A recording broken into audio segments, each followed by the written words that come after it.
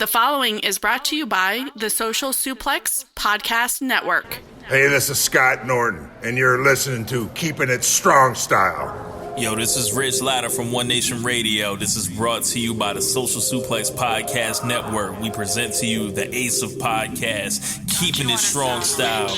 Let's go. It's the Ace of Podcasts, Keeping It Strong Style. Covering New Japan, they ready to hold it down. Jeremy Donovan and the young boy Josh. Come and hit a job out and bury all the frauds. From the Tokyo Dome over to the G1. Social Suplex is the network where we can get it done. I'ma chill and let them have it, cause this is just an intro. Keeping the strong style, 6 stars from the get-go, boy. Yeah, from Tampa Bay to the Tokyo Dome, this is Keeping It Strong Style with your hosts, Jeremy Donovan and the young boy Joshua Smith. And thank you for listening. Welcome to Keeping It Strong Style, the ace of podcasts on the Social Suplex Podcast Network. The young boy Joshua Smith here with special guest Matt John, aka MJ Does PR, aka Father Discord. On today's show, we'll review Roads to Night 10 and Destruction in Kobe. We will preview Road to KOPW Night 1 and 2 and Historic Crossover. We'll also cover all the latest news in the world of New Japan Pro Wrestling. Please support our show by subscribing and following the Social Suplex Podcast Network and Keeping It Strong Style on the podcast app of your choice, and leave a rating and review. You can also get all the network's podcasts over at socialsuplex.com. Check out our Chopped Tees store, chop-tees.com/KI Strong Style. That's where you can get your official Keeping It Strong Style merchandise. There's free shipping on every order and 10% off the first order. chop-tees.com/KI Strong Style. If you enjoy this podcast, please consider making a one-time or monthly donation by visiting socialsuplex.com/donate and clicking on the donate button under the KISS logo.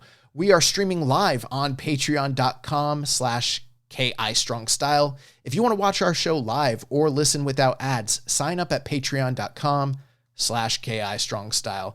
And, MJ, it's great to have you back. I mentioned we actually did an entire intro just a few moments ago, and as you guys are probably hearing, Jeremy Donovan is not with us. He is out gallivanting around Norway, so unfortunately he's not here grinding like the rest of us. But MJ, glad to have you back on the show. Thanks for having me back, young boy. Yeah, it's a wonderful time of year for wrestling. It's a wonderful time of year for sports. We got football. We got college football. The Blue Jays are in the AL Division Series. We won the American League East yesterday. Yeah, it was yesterday. Yeah. So on top of the world, man. Got a couple of holidays coming up here in Canada. So yeah, it's good times. Wait, who was that one?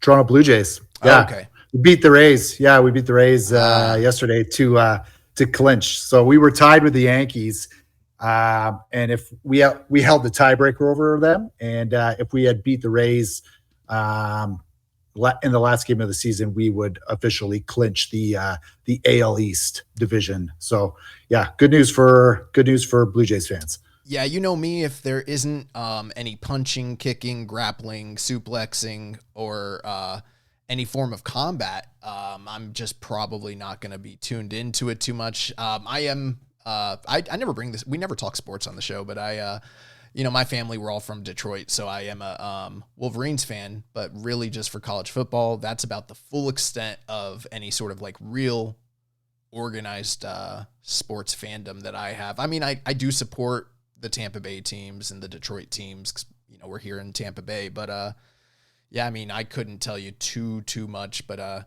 glad to hear that your Blue Jays are doing good. Yeah, Blue Jays are going to do it. Syracuse football not doing too well. We got trounced by Duke last week, 38-3. It was pretty terrible, but things are looking up over in Orange Country. So yeah, I grew up a Syracuse Orange fan. I actually finished a master's degree, and in my master's degree, I got to it was a joint program between a Canadian university and Syracuse, so I can actually claim I am a Syracuse alum. Nice. Without actually having stepped foot on campus. So Nice. Well, we're glad to have such an accomplished and educated gentleman like yourself here on the show with us today. We got a lot to talk about, but before we do that, I know you and I, every now and again, we'll chit chat about movies. Got two big recommendations for you. One of them is horror, but it's horror adjacent. Neither of them are really horror. I know that's what we talk about sometimes, but Long Walk, the adaptation of Stephen King's novel from the 70s. If you haven't seen that, huge recommendation. And then this past weekend, I saw One Battle After Another, the new Paul Thomas Anderson film. I swear to God, it might be the best movie of this century that I've seen so far. Like, if we're doing the Meltzer scale, we're talking about like 5+. It's broken the scale. Will it break the young boy scale? Well, I use Letterboxd, so they only go to 5, as they should. So the best I could do is add a plus to it, which I think is appropriate. I think the math doesn't math when you start breaking the scale arbitrarily, but that's neither here nor there. Any recommendations you got for us? Anything cool going on in your life before we jump into? So I haven't got deep into. I usually watch 5 to 10 spooky flicks during spooky season. So I have watched The Last Voyage of the Demeter, which is on Netflix. It's a Dracula movie. Yeah.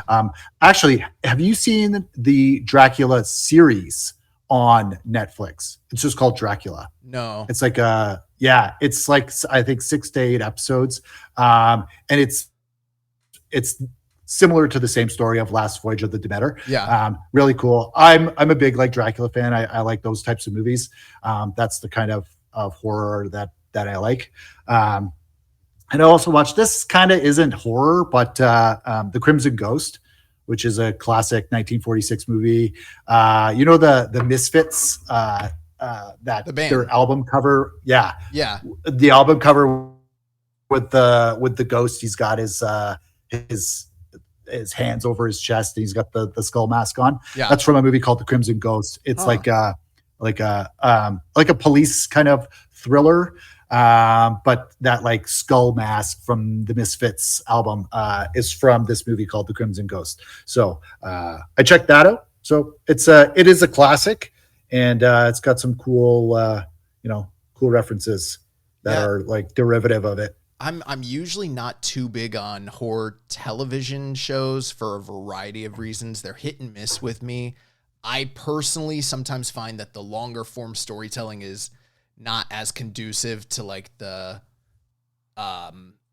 tension and draw, the fear that you want out of, when you get like a nitty gritty, like hour and a half, just really mean and nasty horror film, that's usually better for me. But I have seen a few, series and even like short series, like what you're describing. I know Joel Abraham from Super J-Cast, he hit me up recently and he gave me a big recommendation on the Alien show that's on FX. He says it's really good. So I haven't checked it out yet, but I want to get around to that. And I know last week I had lamented that spooky season's coming up. I've seen too many horror films. I don't have anything to watch. I decided I'm going to rectify that, and I collected a grouping of about 32 pretty essential horror films that I still, in my lifetime, haven't gotten around to. I made a list on Letterboxd. I did put that in the Discord. Nobody seems to really be too, gung-ho about my movie lists, but I'll definitely send that over to you. There is, and the last thing I'll say about it, there is, if you like Dracula films, I haven't seen it yet, but I've heard that Christopher Lee in the Hammer films from like the 70s is the second best Dracula to, what's wrong with me? Who's the original Dracula? Lou something? Yeah, I wouldn't be. I'm not great with names. I wouldn't be able to pull it out. I'm also not a huge film buff. I think it's Bela Lugosi. Bela Lugosi. Yeah. So I'm gonna watch the first Hammer horror Dracula film with him. I think it's called The Horror of Dracula, and I've heard that one is well worth the while to check out. So cool. And I haven't seen the new one that came out. I think it was on Christmas last year. The new Nosferatu. Oh, it's so good. Yeah, that's on my list for sure. I did, however, you provided me a recommendation last year, Eyes Without a Face. Oh, I watched that. fantastic.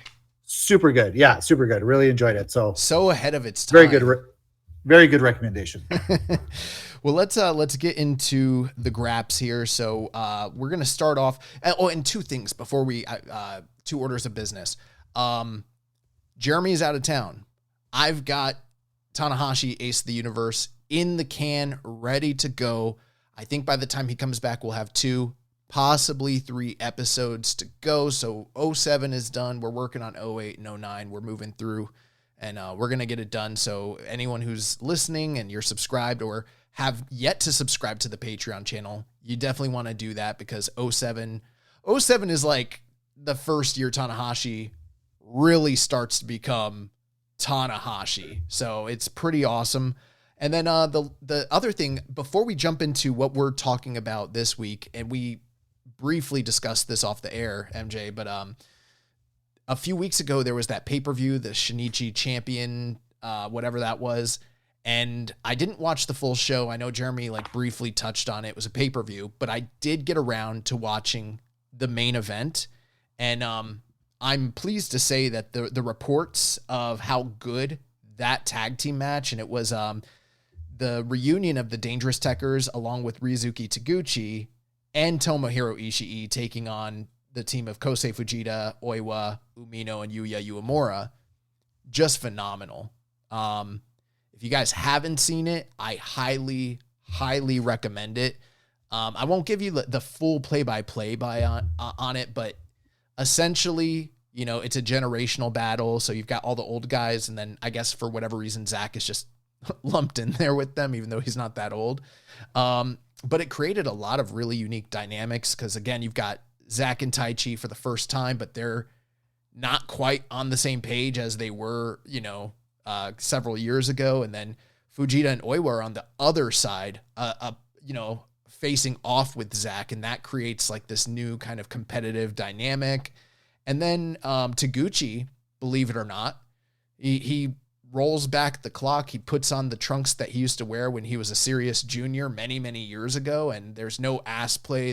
He came to work, and he's working like Taguchi, but 2006 Taguchi.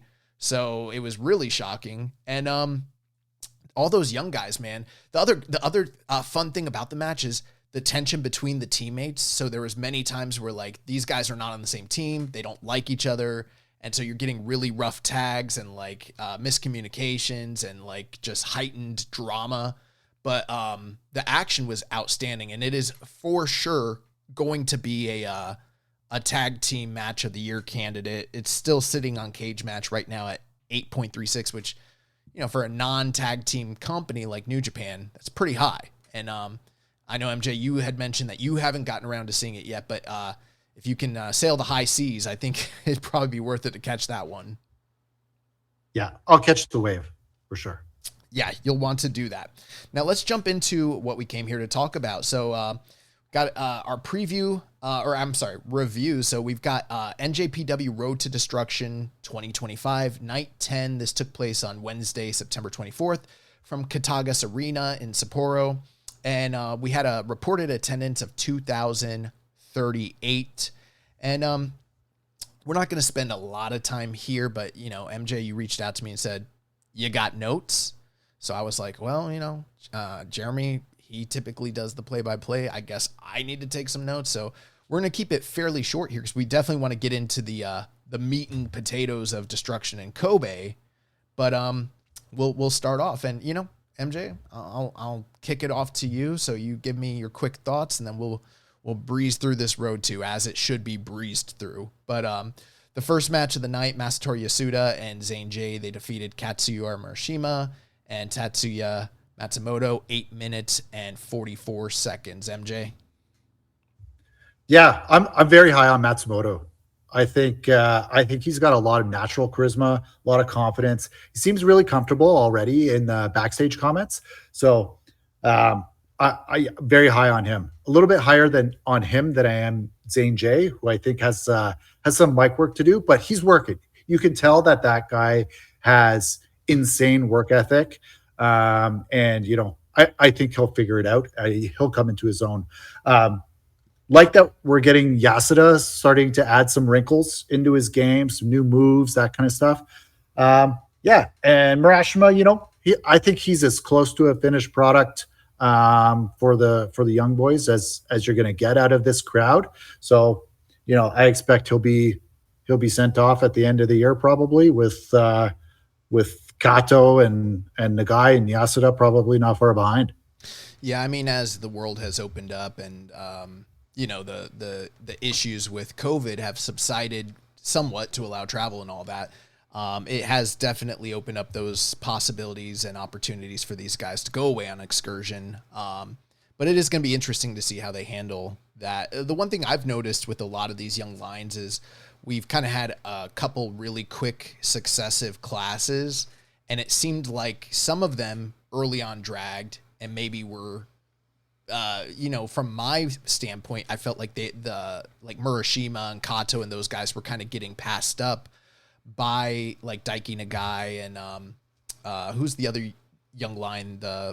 Yasuda. Yeah, Yasuda. I kind of thought that those guys were passing them, but then lately I've seen different progressions from different individuals, and it's kind of interesting to see all the different utilizations of these young lions and the different tests and opportunities they're being given. And it's kind of, usually you see like the senpais just be way above the Kohai, and it's not quite been that. So it's a very, in my opinion, a very competitive field for the young lion class right now. And really the story of this match, it centered primarily on the idea that you have a senpai and a Kohai tag teaming against, their counterparts there. So I thought this, all in all, this was pretty good. The second match of the night, we saw Hiroshi Tanahashi. He defeated Master Wato, 10 minutes and 18 seconds. Yeah, you can't have a final road without taking the way to the Grandmaster, right? That's a good pun. Yeah. Yeah. So, all I'll say, the match was fine. It was short. It was serviceable. It was interesting that Wato controlled most of the match. That's what I found fairly interesting. And like this final road's been absolutely grueling. Mm-hmm. Like, why is Tanahashi taking bookings and freedoms? Like, you don't need to do it, brother. Like, the legacy is going to be intact. You don't need to make what's his face come visit you. You don't need to get out to freedoms. So yeah, he wants to. I don't know.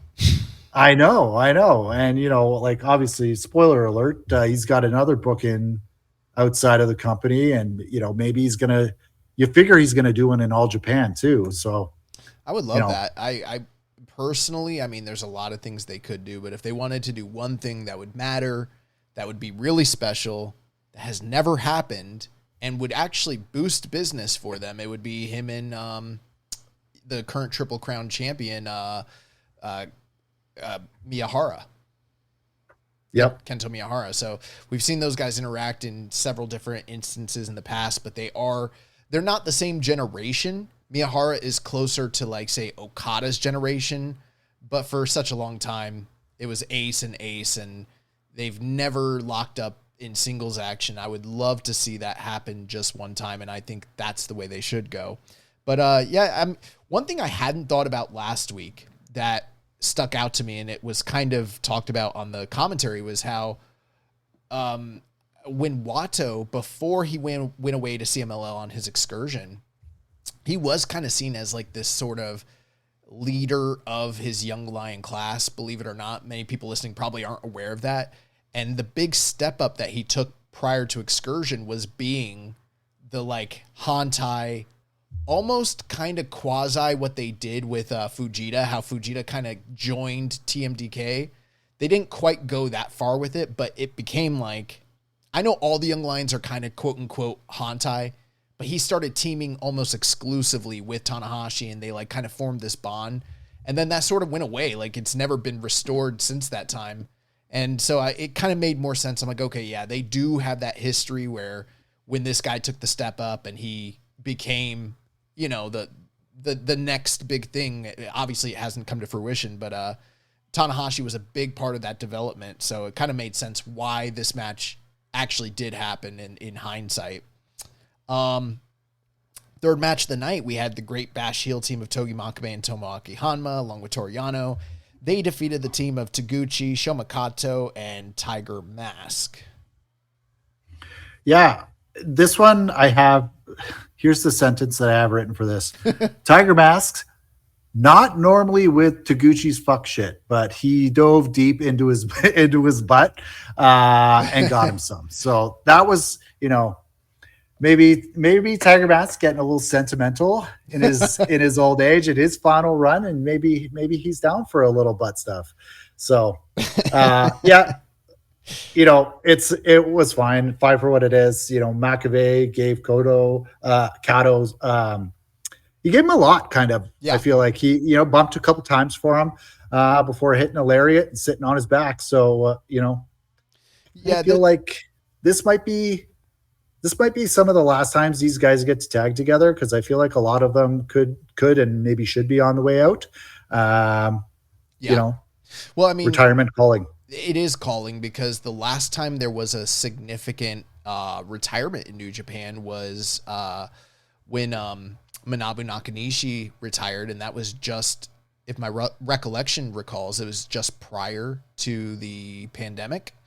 And then we got to that point where, like, there was a whole host of guys that are on their last legs and probably should have started the road to retirement, but nobody wants to do that in empty buildings and half-filled clap crowd arenas.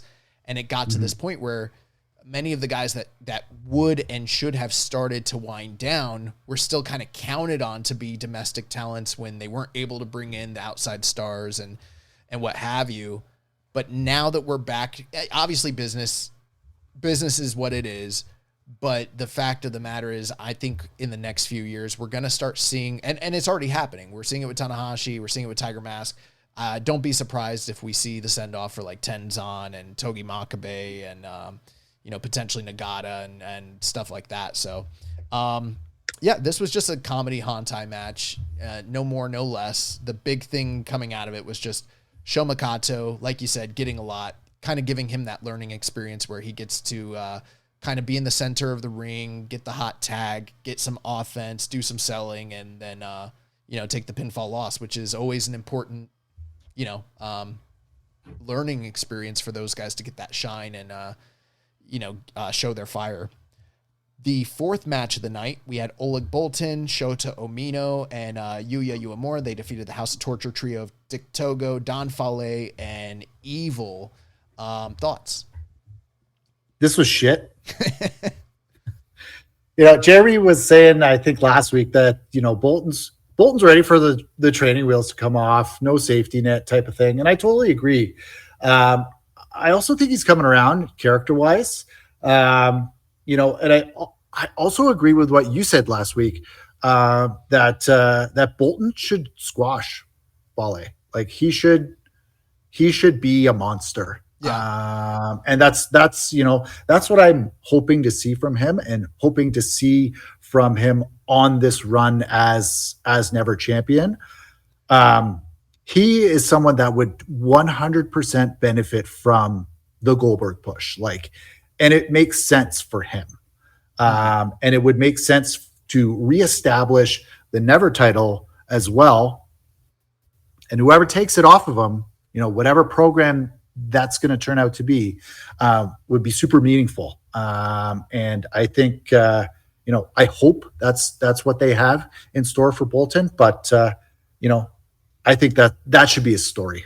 I agree. I'm bearish on those perspectives personally. We'll talk more about that when we review the next show. But for me, the notes I wrote down, at this point, it just kind of seemed to me like this is Evil just keeping busy, which I haven't talked about this on the show the last few weeks, but I started to think about it off the air, and I was like, this guy just finaled in the G1, and whether you're a fan of him or not, what the fuck is going on? So I thought it was kind of perplexing. We're going to see where the direction goes with him here in a moment. But yeah, this is an Oleg Fale preview. If it was leading to some sort of squash, which, spoiler alert, it's not, this preview also didn't endear itself to that possibly being the case. And then, the big thing here is seeing Shota and Yuya Uemura. It's been speculated and talked about a lot. Their prospective team, that is becoming a reality. And they got a lot of double team offense in this match as well to kind of solidify their team efforts.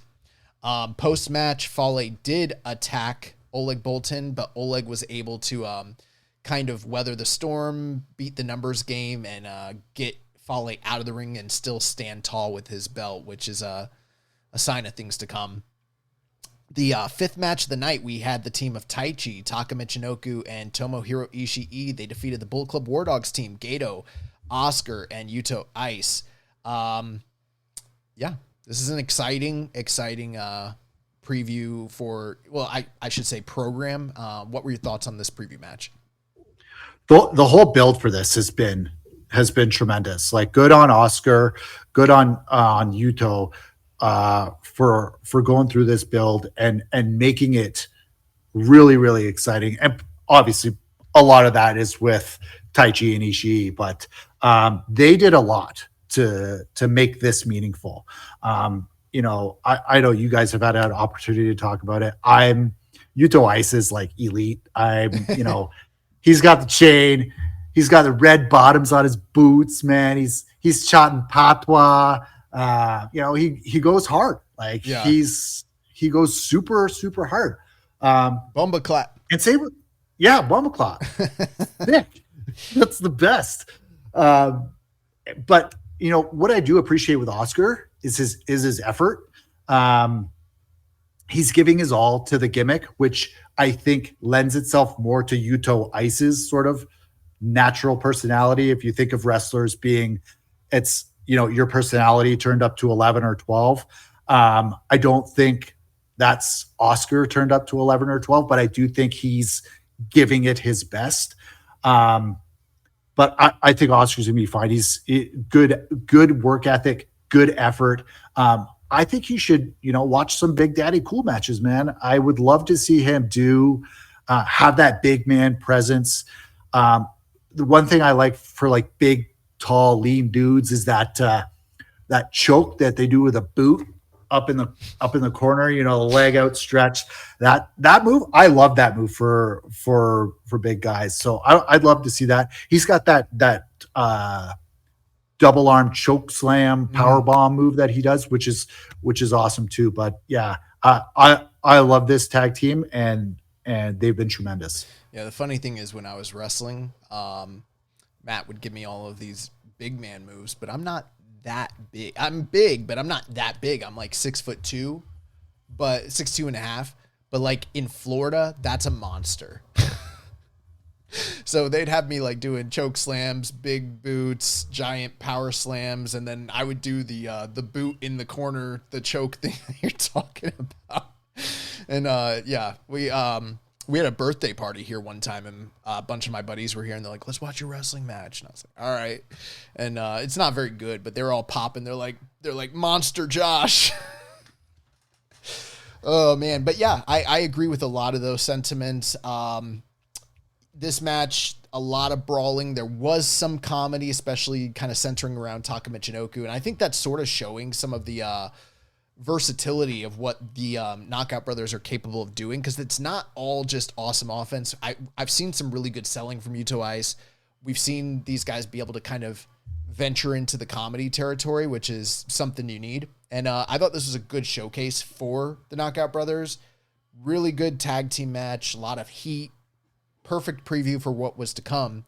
Post-match, the Knockout Brothers did attack the IWGP Tag Champions Ishii and Taichi, but they were able to, just like Oleg Boltin, kind of get the upper hand, get those guys out of the ring, stand tall, and then they cut a promo, and one of the things that Taichi said, and this was something that kind of caused me to have a little bit of doubt about the outcome the next day, is he essentially said that he's not able to drop the titles due to the fact that New Japan is having their first show in Ishikari, which is like his hometown. And I did look that up. It's not the case. It will be their second ever show. The last one was like on the Soul Tour in July of 2010, many, many years ago. And it was just a very minor show. So, him adding some stakes to the match coming up, basically saying like, I got to walk into my hometown as a champion. So he said that in the backstage comments, and that's what I thought too. I was like, oh yeah, that would be bad. That would be bad. The sixth match of the night, the Bull Club War Dogs team of David Finlay, Gabe Kidd, and Taiji Ishimori, they defeated the team of Hiromu Shingo and Yota Tsuji. And obviously, this is a preview for all three of these special singles matches that were coming up the following show. But the interesting thing is we've seen previews for all of these guys, but there's always been a fourth man to take the pinfall all throughout the tour. But now we're at the point where it's like you have all three of the big stars. There is no pin eater. And who is going to take that loss, that is going to really determine the direction of things going into the next big show. And it was that this was one where it was a little bit harder to kind of call ahead of time. Yeah, it was fun. Great pace, good action. Gabe and Tsuji, obviously, great interactions. Gabe and Finlay, Finlay and Tsuji. It was good stuff. This felt like a golden age undercard match. Yeah. With the pace and the action, and this felt familiar and felt comfortable. Yeah. Good action, good brawling. All of these guys very familiar with one another. The match was won by Ishimori. He hit a blind low blow on Hiromu when the ref wasn't looking, and then hit the ghetto clutch for the 1-2-3. So a little bit of plausible deniability for why Hiromu took the loss there, but there was a job to do. Post-match, Hiromu and Ishimori, they go into a little bit of a promo battle, and it set up the fact that the next show's match would no longer be special singles, but instead be contested for the recently obtained GHC junior heavyweight title. The seventh match of the night, we had the House of Torture team, Ren Narita, Sonata, and Yujiro. They defeated the TMDK team of Hartley Jackson, Ryohei Oiwa, Zack Sabre Jr. by disqualification.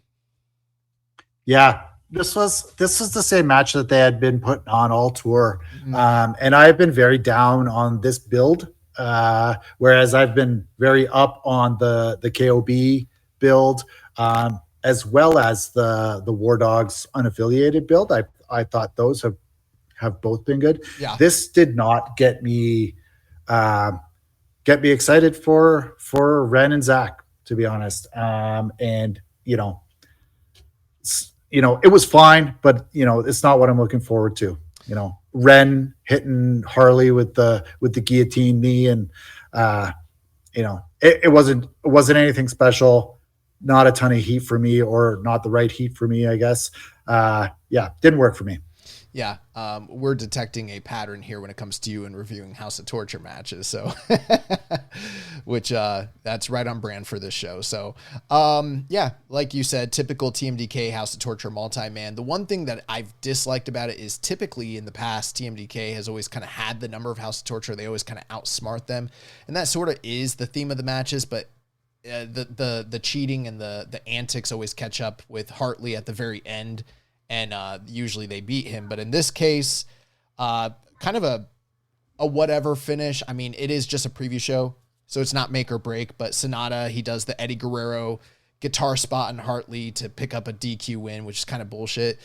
They did call it out on commentary. They're like, this is like the third or fourth time that this has happened with Ken Sato. So like, are your superiors ever going to say like, hey, maybe we need to retrain you in the art of refereeing because you keep missing this and it keeps happening? But whatever. But maybe he's of the ilk of, maybe he's a Nick Patrick. Maybe he's on the take. Narita attacked with the chair post match, and then he hit the Hell's Guillotine on Sabre, and then Sabre was selling a limp, which would play into the title match. And then this gets us to the business end of things. So we had two title matches to round out this card. The semi-main event, junior tag team titles that were on the line as the House of Torture team of Doki and Sho. They defeated the challengers, the Ichiban Sweet Boys, Kosei Fujita, and Robbie Eagles. Can I tell you something? I really like this. Yeah. And couple of reasons why. Number one, the Sweet Boys are just a joy to watch. Their offense is so good. The pace, that double submission that they did with the crab and the camel clutch. I'm an Arab guy. Well, not Arab. I'm a Syrian, but I love me a camel clutch. So one of my favorite subs. But I think like in an alternate universe, a tag team of Doki and Sho could be like super incredible. But for the most, yeah, absolutely. But I think for the most parts, what I appreciated most about this was the cheating spots weren't long, drawn out. They were like quick misdirections. There was like one ref bump that when Sho pulled out like that metal square or whatever that was. Yeah. But and even the finish, I didn't have a problem with the finish, like pulling the tights. That for me, I'm okay with that kind of a finish. But like when everybody's coming in the match, everybody's gotta get their shit in. I don't like that. But so what they did during this match, I personally thought that's good cheating. That's smart, quick, misdirections, grabbing a ref here and there. But it isn't like, oh, come over to the corner, ref, and have a chat with me for 5 minutes while we do some spot on the outside. So I think Fujita and Doki could have like quite a rivalry. I could see those two having some bangers for sure. I have my concerns about Doki's ability to still go. I suspect that there's a possibility, and we're going to find out whether that's the case or not here shortly, but I suspect that maybe part of the reason he's in House of Torture is to either rehab lingering, ongoing, difficulties with his past injury, or maybe even kind of cover the fact that he isn't 100% what he was prior to the injury. But I could be wrong. I don't know enough to know that that's 100% the case. Yeah, I thought this match was good. I do have some gripes about it, but I think it kind of got the short end of the stick when it came to fan reaction. Very much a traditional, almost Southern style tag formula here. We saw really good, solid heat and shine from the Sweet Boys to start the match. They did the double dive to the outside, which was really cool. I felt like Robbie was the glue that kind of held everything together with this match. But Fujita, in my opinion, was getting the biggest reactions of any competitor that was involved. I did not love the double heat spot from House of Torture. Like, they got one guy isolated. I forget which was which, but they got at back-to-back iterations, they got both members of the Sweet Boys into a prolonged beat down heat segment. And then even after the hot tag, it just kind of continued. And I didn't feel like it was the most enthralling heat segment. And I felt like it went on a little bit too long. But I did really love this. There was this new double team move that House of Torture broke out here, where it's like they put the one guy up into a powerbomb position.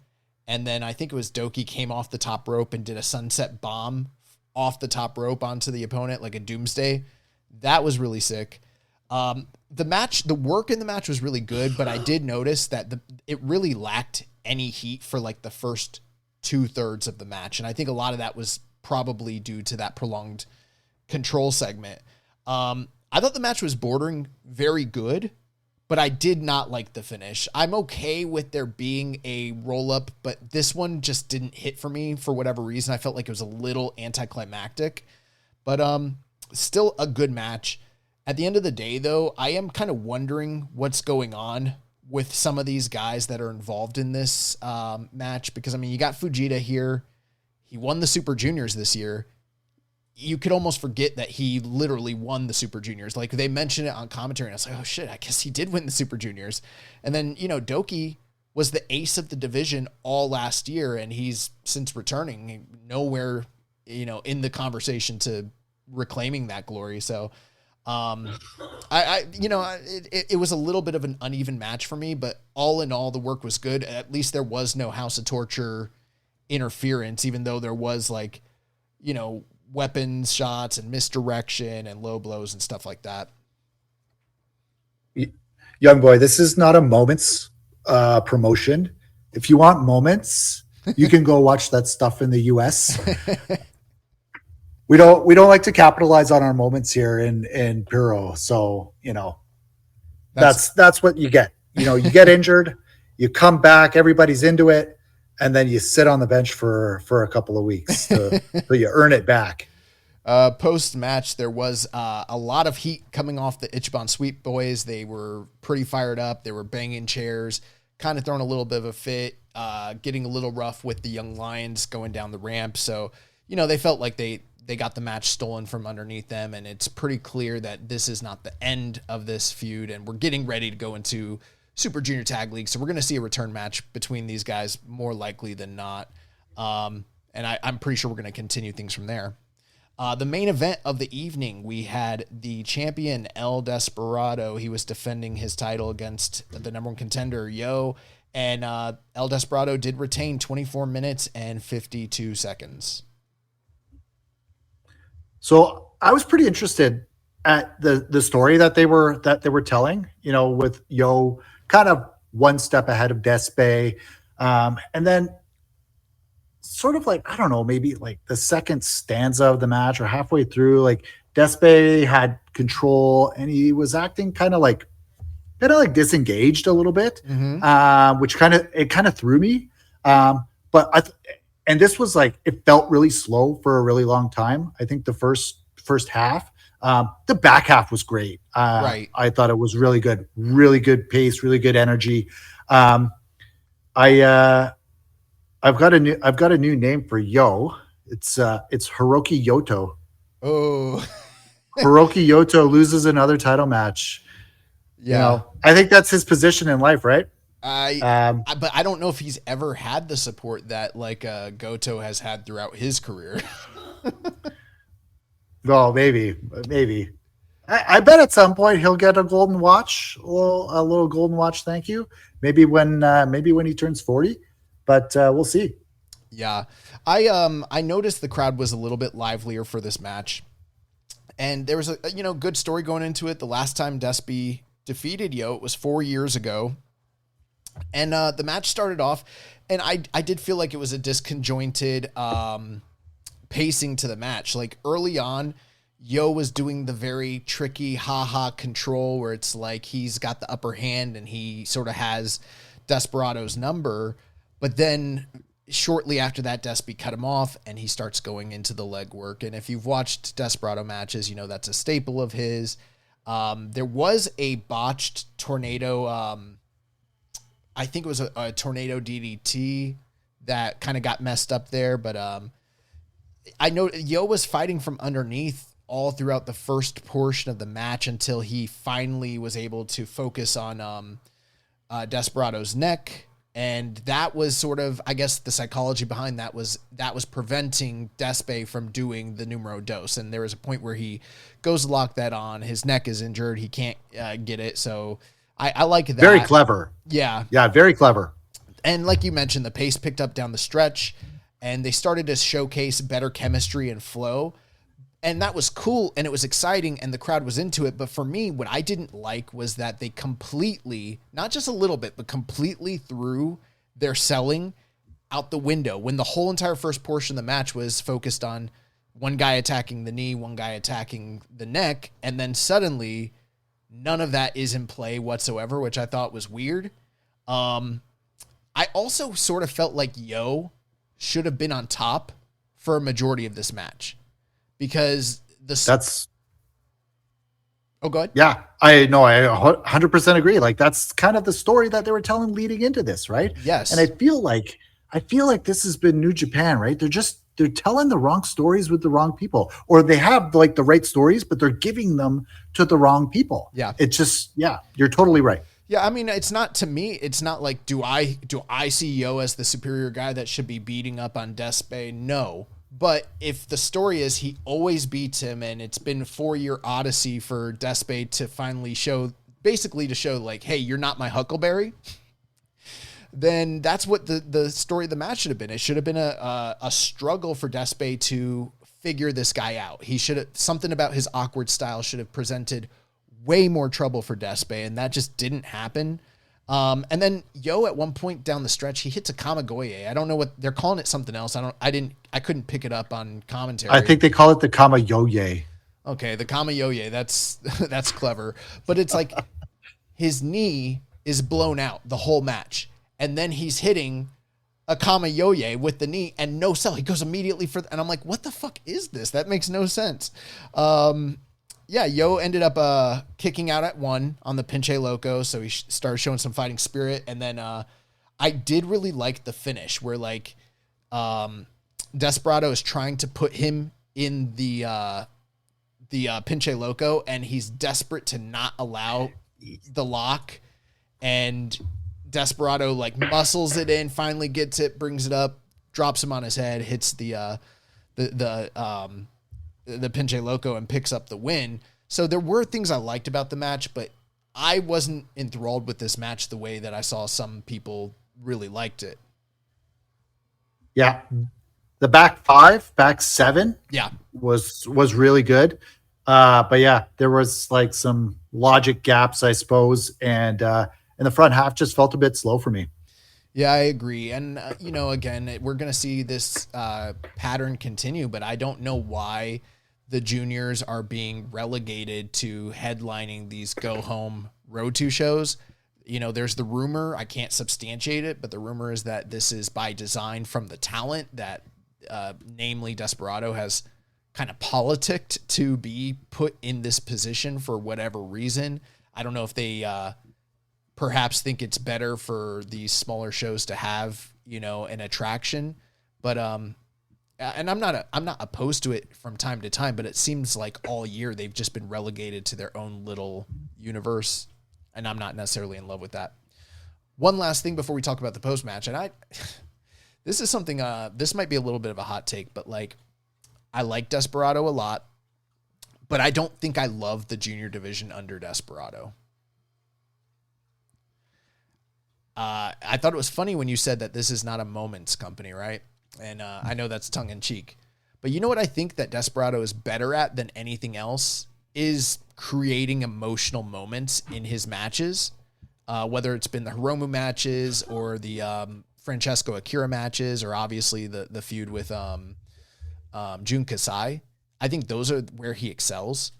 But a lot of people talk about him as being like this virtuoso of like being the best wrestler in the company. And I personally never connect with him that way. In fact, I miss what the junior division used to be, which was grittier, more death-defying, more high-flying, and more fast-paced action. And it's kind of become more of a, underneath him, a lot of these guys, they're doing a lot more methodical mat wrestling, which is fine, but it's kind of like it's across the board. And since he's the highlight guy, and that's how most of his matches go, I don't know that I'm in love with where we've been with him on top. I contrast that to how I feel about Doki and how Doki wrestles. It's night and day. Yeah. You know why? Desperado and Hiromu aren't juniors anymore. Yeah. No, I don't know that Desperado's ever actually been a junior, really. So yeah, I agree. I get that, and I also appreciate that that Despe is that type of a storyteller, and I think it's a hallmark of these Suzuki-gun guys who just can do that, create that emotional connection with those in-ring stories better than anyone else in the company. And because I think Taichi also does that really well. And I've got some things to say about him later on. But yeah, and even Zach is good at it, but Suzuki is probably one of the best ever at it. Like, I still think about Suzuki's retirement match, get a little tear in my eye, because those are those special stories that everybody, they touch you in a way. And it's silly because it's dudes in tights, fake punching each other. But, it's, they found something that connects with you deep down. So Post-match, we got the House of Torture coming to ringside, surrounding the ring, and Doki comes out cloaked, challenging and cutting a promo and essentially alleging that, Desperado, you're the fake champion. You never actually beat me for that belt, and he wants his title back, which, I guess it's fitting, KOPW, Big Show, Ryogoku, but I almost sort of felt like this is the one last remaining big match for Desperado that could have maybe been held off to the Dome. So I was a little surprised that they're not doing it in the Tokyo Dome, and in fact, they're doing it on a road to, which I guess kind of puts a hold on the theory that me and Jeremy had about GHC champion versus IWGP champion, and it actually seems like, I'm guessing if they go that way, they might be waiting to do that in the Tokyo Dome. Yeah, and I had that in my notes for later on, but I was like, is this the direction we're heading? And if so, like, how do no fans feel about that? Is this a good thing for that title? I think it's interesting for them, probably, that Hiromu's over there, being the bad guy and giving an opportunity to get some life injected into that division. Not that I know that it needs it or anything, but I just think it's always interesting when you have that invader angle, and when it's someone who's as notable as Hiromu. I think it's interesting, but to be having your GHC title being possibly on two different New Japan guys, I don't know. I'd feel weird about it if that was if it was like Sammy Guevara and Serpentico battling over the junior strap. So but yeah. So that's how I feel about it. I think that is definitely an apt analysis. I mean, I will say this: the invader thing, I've never seen it not work. Totally. The only time it's ever not worked that I personally remember is when Suzuki-gun way overstayed their welcome in Noah, and it became something that bombed business. But before it bombed business, it peaked business and saved Noah. So that's a tale as old as time. It always works. So I who knows? We'll see how that all ends up playing out. But let's jump into the main show here. NJPW Destruction in Kobe 2025. This took place yesterday, Sunday, September 28th. From Kobe World Hall, the attendance reported 4,672, a very healthy attendance. Now, I don't have these direct numbers to corroborate this. I was talking with some of the guys in the Discord, but it just seems to me, doing the eyeball test, and I'm pretty good with the eyeball test, that New Japan, for whatever reason, has had much healthier houses this entire tour than they did during the G1. Yeah. And I don't know why. I would like to get a verification that is the case, that the average house attendance has been up, but it's just seemed that way, at least for all the shows on tape. I've just seen fuller houses, less of the lights down, and it's kind of surprising considering the last tour was the G1. Yeah, I wouldn't have a ton of insight. I don't follow the numbers. I do know, I did see some folks complaining about the location of some of the houses that they booked. Yeah. And maybe that's the situation, maybe it's summer, people are on vacation. I don't know. But yeah. Yeah. Folks are back to work in the fall. They need an escape already. I don't know either. I'm wondering, is it Yuto Ice? Is he see that big a star already? Is that what's happening? But the first match of the night, we had the team of El Desperado, Shota Umino, Yoshihashi, and Yuya Uemura in 10-man tag action. They defeated the House Torture team of Dick Togo, Doki, Evil, Sonata, and Sho. 7 minutes and 36 seconds. I got a mea culpa on this one. I didn't watch this one. Only one I didn't watch, so I'm going to need you to tell me about it. Sure. So, I mean, when we previewed this show last week, I think it was a 6-man tag, but then they did that angle with Doki and Desperado, and that necessitated them expanding the match to, provide the preview. So it changed from a 6-man tag to a 10-man tag. Really hot open with Doki and Desperado coming out and exchanging lucha overhand style slaps and really like getting with it, which was great. World Tag League was a major focus on the commentary. So, talking extensively about the team between Yuya Uemura and Shota Umino. We had also speculated that we might see some interactions last week between Evil and Sonata. And other than them just both being aligned with House of Torture, their interactions with one another was few and far between. And I'm not entirely sold on the idea that they will reunite in a tag capacity. So there was like no LIJ, retro or anything like that, vintage LIJ spots. But Yuya Uemura, he picked up the win with a classic Hurricane Rana over Dick Togo. He's won a few matches that way. The nice thing with this match, short and sweet, very little House of Torture antics. There was some, but it was very, very minor. And it was essentially just a fun, hot tag opener, which is what you kind of want from a spot like this.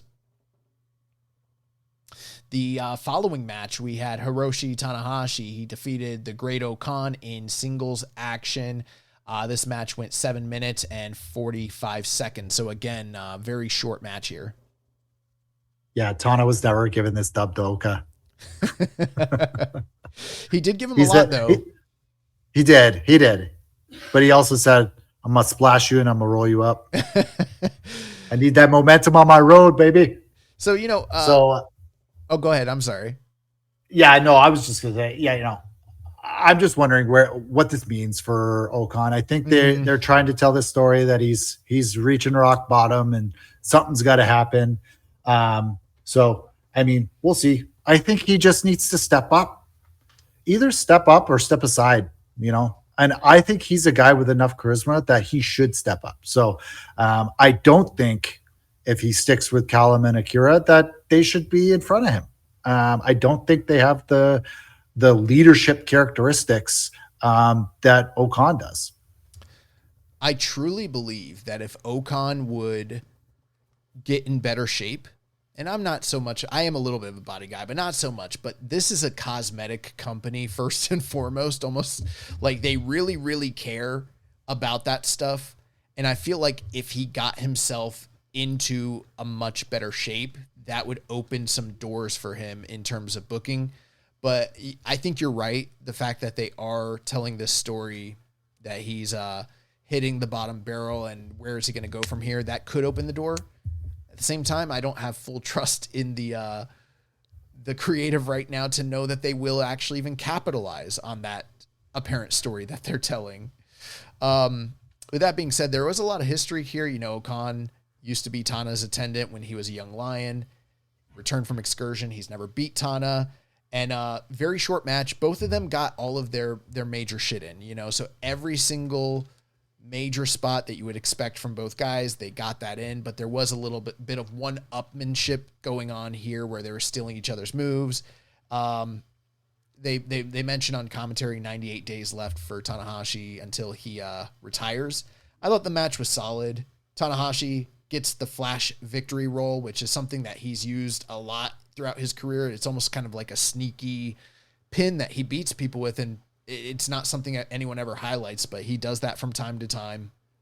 And just like you, I'm very unsure of where the United Empire and Okan go next, and I'm hoping that there is some sort of creative in place to do something with this, whatever that might be.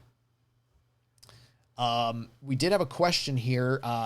Our social media content manager, Emily, she asked, do you think they're going to announce Tanahashi's retirement opponent or opponents at King of Pro Wrestling?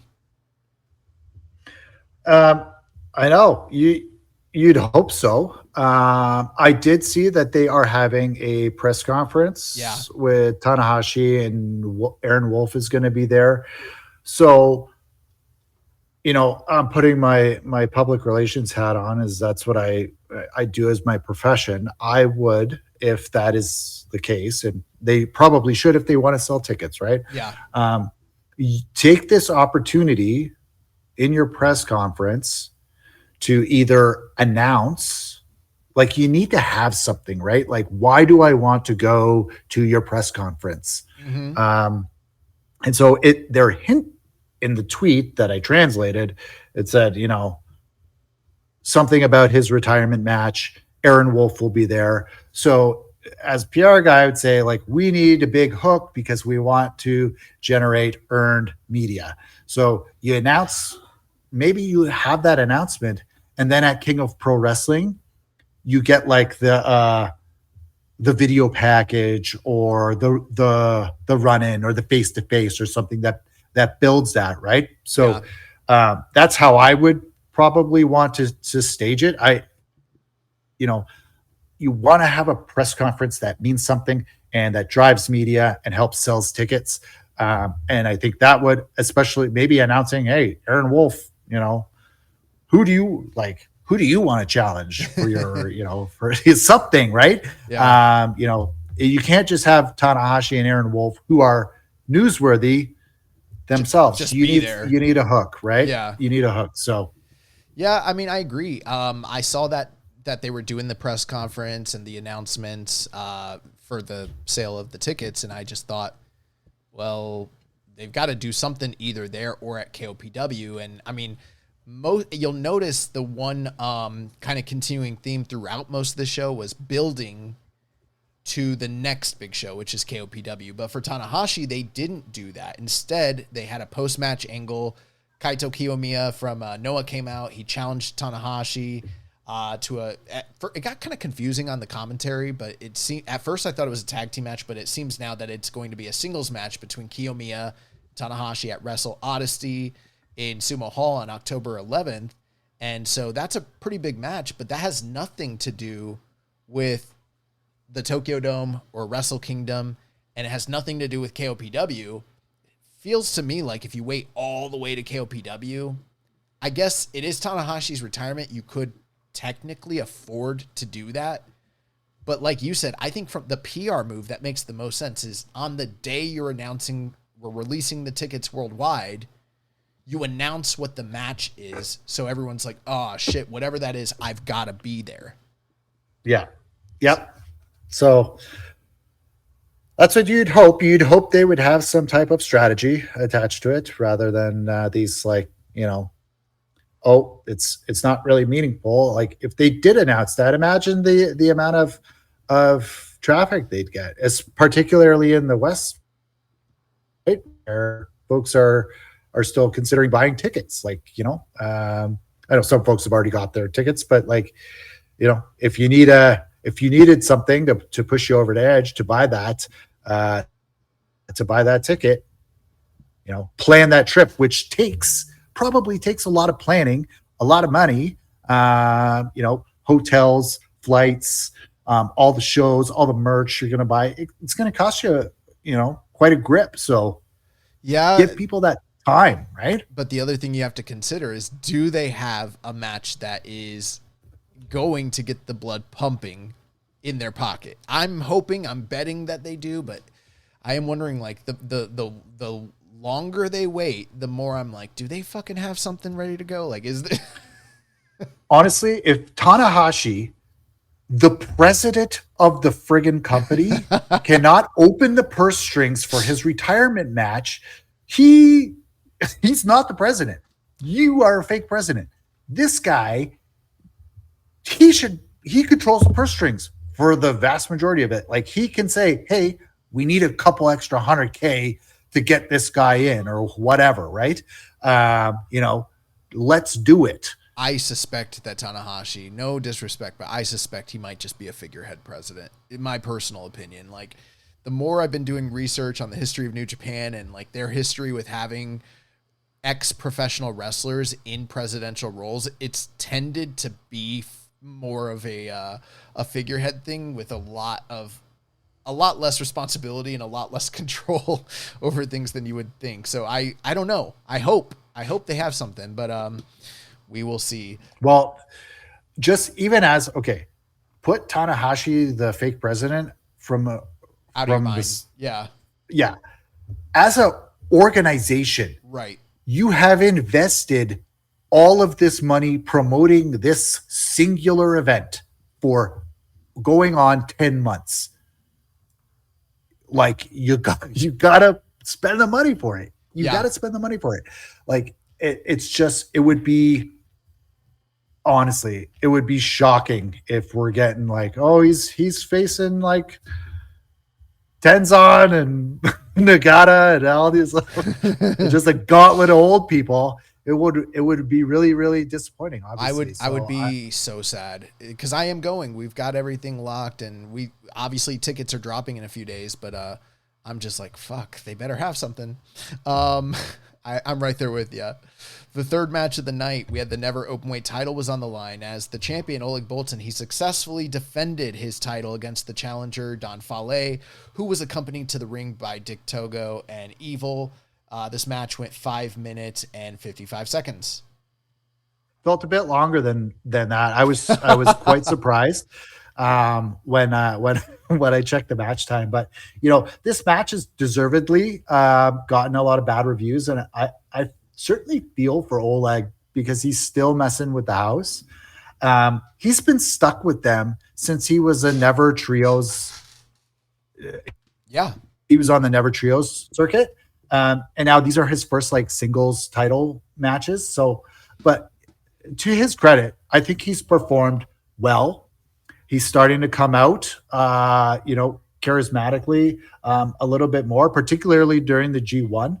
And hopefully we get another defense here, out of Oleg, and he can go on a run. But like, to be honest, this match kind of surprised me in that, like, he was laying in those shoulder blocks to Fale. Like Fale he was going down pretty hard. And like, when was the last time you saw Fale take a vertical suplex? Like, I don't know how many times Fale has ever bumped for a vertical suplex in his entire career. So, there were some things that I thought were interesting and, working around whatever Fale's got left, right? And he kind of gave more than I thought he would be able to. So there were some Archer Fale matches that nobody else liked, but I liked because I was like, they reminded me of Stan Hansen and Andre the Giant back in the day. So I think he bumped a little bit for Archer at that time, which makes sense. But the theory that I had that he should just run through Fale didn't come to fruition. Fale, he attacked early before the bell. We had interference early from Evil. Fale was working the back, which was the story of the match, essentially that, Oleg was going to struggle to do all these power moves to a giant guy like Fale, and they wanted to ensure that they took that out of his playbook. They exposed the turnbuckle and threw him into that. There was a ref bump. They did dick-to-dick contact.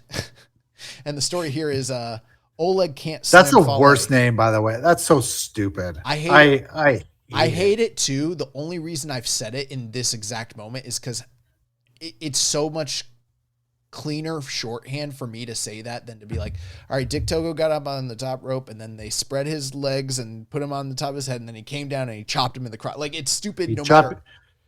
He choppy his pee-pee. That's stupid no matter what we say. And yeah, you're right. For a 5 minute and 55 second match, for a 6 minute match, that's a lot of interference to kind of, put into that time frame. But Oleg did end up hitting a suplex. He did end up hitting a body slam. He ended up getting a kamikaze and beating the numbers game and defying the odds. Was it the worst match in the world?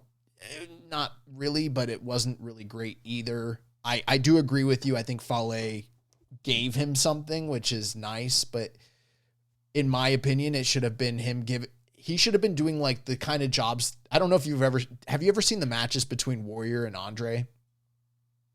No. I mean, probably. Like, I'm old enough to have seen at least a bunch of them. But like, my memory is not great. Basically, after Andre got done working Hogan and Savage in the main events, they put him up with Warrior, and they just had Warrior squash him like every night. Warrior and we're talking about like sub 1.5 minute matches where Warrior's just shoulder tackling him, slamming him, and pinning him. And I was like, that's what this should have been like. The problem with it, and I think this is what we're coming to, is like, you're right. You said earlier, if there was a guy they should do this with, it's Oleg Boltin. I think last week I probably lamented and said the only reason you wouldn't do something like that is if you don't plan to continue with the push beyond just having him squash Fale. And post-match, the House of Torture came in. They attacked Oleg Boltin.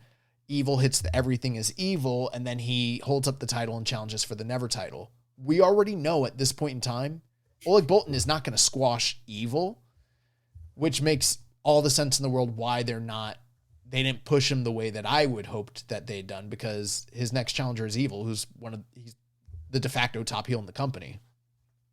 What are the chances Fale gives Boltin a better match than Evil? I don't think that will happen. It's not impossible, but I really doubt it. I thought that match was pretty horrendous, honestly. Okay. Yeah, fair. So here's a question. Yeah. Should Boltin be more like Goldberg or more like Warrior? Kind of the same guy in a lot of ways. Well, I just meant with the bizarre promos and sprinting to the ring and shaking the ropes and or just being that no, he should be more like Goldberg. Goldberg was even to this day, anytime I watch a Goldberg match, I'm like, man, he was fucking special. We did have a question here from Ginger Infringer. Is Gato trying to kill Oleg's career? Having him face Fale was already bad enough, but now he's potentially going to be facing Evil next. Is there truly no one else that they can put him up against? This is peak terrorism booking from Gato. I think it's the lack of credible heels that they got in the organization, right? The War Dogs are tweeners. The only true 100% heels are the House, and 85% of those guys suck. And can't. And I think for Boltin, they're giving him these simple stories to tell. And I think I might have said this one of the last times I was on here, which is kind of sad, is that this is an easy formula for Oleg to be successful in, to be the white meat baby face against the bad guy. Yeah. And to do that type of a match. So, he showed that he could do it against other guys in the G1. He could have different types of matches, and have really, thrilling matches. So that he's stuck with those guys, I hope it's helpful for him in that he gets a couple of defenses on this never title and goes on a run, and that once he beats Evil, he sort of climbed the mountain, the House mountain. He's in the attic right now with Evil, and hopefully he gets to go from there and have some better matches. But yeah, I don't know how you feel about that. That's what I hope for. But yeah, again, pessimism abound. That's not going to happen. What is going to happen, and I'm just basing this off of history, is number one, they love Evil. I don't know why. He just finaled the G1. Historically speaking, it's exceedingly rare. There's been a couple examples. I think the most recent example I could probably pull from is the time when Sonata finaled with Ibushi, and they didn't really have anything after that for Sonata. But more often than not, the guy that finals in the G1 goes on to do something pretty significant at Wrestle Kingdom.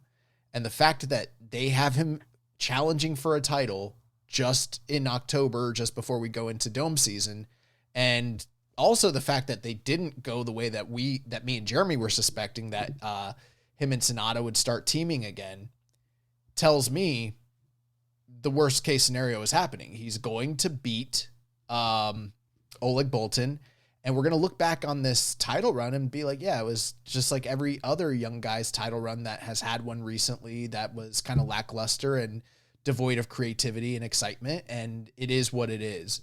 And it is a shame, because if there was any one guy, maybe he doesn't have all the everything put together the way that, say, Yuto Ice or Suji do. But if there was a guy that you could just say, we're going to build him into a star and make him believable over whatever time frame you wanted, this is that guy. And it's not that hard. You just keep him apart. Keep him apart from the title scene for like a year, have him run through everybody so that people start getting excited about him. They believe in him and they start clamoring for it to happen. And then by the time you're ready to move him over to that title match, it's the easiest sell in the world, you know? And we've seen that's a tale old as time. We've seen it many, many times, and they're not doing that. They're treating him like everybody else in the company. And when you look at him physically and everything he brings to the table market-wise, he's not like everybody else. No, you're right. And thanks for raining on my parade. And appreciate that. Yeah. But you know, I guess that's Gato booking, right? And it sucks, right? Because you know, sometimes you see, oh shit, they're doing something different. And then too many times it's like, no, they're doing the same shit over and over again. Right. Which everyone is tired of, right? And that's why everyone's calling for someone else to take the book. But you know, it is what it is, I suppose. Yeah, I hate to say that, but that's my genuine feeling. I think that's what they're going to do. And I find it exceedingly difficult to believe that he's going to be evil. If he does, that would be great. But and you know what the worst part about this is, like, okay, look at what happened this year. He took the title off of Takeshita, a guy that was really protected. They had this fantastic match. People said that was going to be a huge push. And my suspicion is we're going to go to the Dome, and the guy that beat Takeshita for a title this year won't even really be involved in anything major. Meanwhile, Takeshita is probably going to be IWGP champion, and Evil will be parading around with the Never title. It's just like kind of backwards. But hey, he could wrestle Aaron Wolf in his debut match. That could be something. I don't know. He doesn't have the cachet to really, I don't know. I mean, the matchup would be cool, but it just, I don't know. They haven't pushed him as a guy that really would move the needle to do that, you know? Anyways, we move on to the fourth match of the evening. The IWGP tag team titles were on the line as the champions, Taichi and Tomohiro Ishii, they were defeated by the challengers, the Knockout Brothers, Oscar and Yuto Ice, 13 minutes and 30 seconds. I know you got some thoughts here, MJ. We also got a lot of questions, but you have at it. Yeah. First of all, they fucking did it. Like, holy shit. They really did it. Like, we had all hoped for it. We had all prayed, like, just go with them. It's the right time. They pulled the trigger at the right time and they did it. And I was just so surprised. Given what Taichi had said in his backstage comments, I was like, I had a little bit of doubt. I didn't know if they would do it. I had this Gato pessimism, hanging over my head, the dark cloud. But you know what? Unbelievable. They did it. I just want to say one thing about KOB. Their entrance music is so sick. It sounds like Fetty Wap, you know, Fetty Wap. Yeah. Trap Queen. It sounds like that's what it sounds like, but with the hardest beat ever. I am so all in on these guys. Everything is fire. We actually got a question about that theme music, which is hilarious. But the funniest thing, you guys aren't going to be able to see it on camera, but like, so my dog Ziggy has been having some stomach issues this past week, and and he's a real sensitive dog. So like when he gets stomach issues, he'll get real persnickety about eating food. The problem is some of his he gets seizures and they're like tied to his gut, so he has to eat on a schedule. But when he's not wanting to eat, we have to find creative ways to like make him eat the food. So like in this moment right now, you're not going to see it, you're not going to hear it, but like my wife was supposed to come in here and help feed the dog because I'm hosting and I can't step away like I normally do. And he wouldn't do it. But she's like, he's staring at you. So like right now to get him to eat, I've got my hand like cupped down to the ground and she's putting the pieces of dog food in my hand and he's eating them. But like she tried to do it and he won't do it. He's only doing it because I'm here. I don't know. It's so weird. But yeah, back to the match. I thought that this was Really, really awesome. And perhaps if you told me that it was your match of the night, I wouldn't argue too much against that. Really, really fast paced, really, really hard hitting from all four guys. Stiff strikes across the board. The crowd was super into it. This was the most lively we heard the entire night. And not only was there great strikes, but there's big suplexes from all guys involved. A lot of really great reversals and shifts in the momentum of the match. Like I talked about that match from the night before where it was Southern style, long drawn out control segments. This wasn't that. This was like boom, boom, boom. These guys kept figuring each other out and, just kind of making sure that the work rate stayed at a blistering pace. And then a lot of really great near falls with some big moves where I was kind of convinced that these guys were winning. And I went into the match thinking that the Knockout Brothers would win, but I started to have that plausible doubt based on the promo the night before. There's a couple times where I thought maybe Ishii and Taichi did win the match. At one point, Yuto Ice got so frustrated with what was going on that he pulled out like the straight punch. And I think it was Ishii like just sold it like death. And I was like, oh, that's fucking awesome. And then Ishii and Taichi, they pulled out this new pile driver double team move that I thought was going to be like a new finish. It's the reverse KOB. Yeah, it's like the reverse of what the KOB is. And I was like, Yeah. that is so sick. Like, I love the KOB. And I was like, oh, that is, I thought they won the match. And then we were seeing fighting spirit spots from both teams, which I didn't necessarily expect from, these guys that are war dogs. They're still tweeners, but they're kind of heel leaning tweeners. And they're fighting out here like they're, Shinny Han freaks. And then, KOB, they pick up the win with the KOB. No cheating whatsoever on any level. They won this match clean as a fucking sheet. Yeah. And it's that what I think what's so exciting about it is like it was the willingness to go with someone, the willingness to do it. Belt these guys up when they're hot. Yeah. Make it interesting. Keep the fire burning. But like, I think the other thing I wanted to say was like, I don't think we can say enough about Taichi and Ishii as how well they position their opponents. Like, I don't want to go like stiff boy here and get into like lore, but do it. So Taichi understands male relationships and like how to represent them with like depth and honesty in pro wrestling. And it's just so enjoyable. Like you think about his career, like I'm specifically talking about that spot where he stepped in front of Ishii and took that boot to the face to protect him.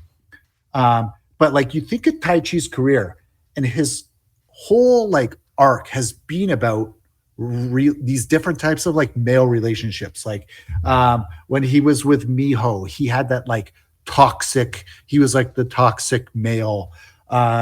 He had this like love, this friendship, golden lover relationship with Zach. And then he had like the brochacho thing with Sonata. So it's just like, this is what I love about Taichi and why I think a lot of people are saying like, he's one of the best at it. Not just like the hard hitting matches that he does, but all of the extra stuff, all of the lore that we can pick up. And like, honestly, I'm not a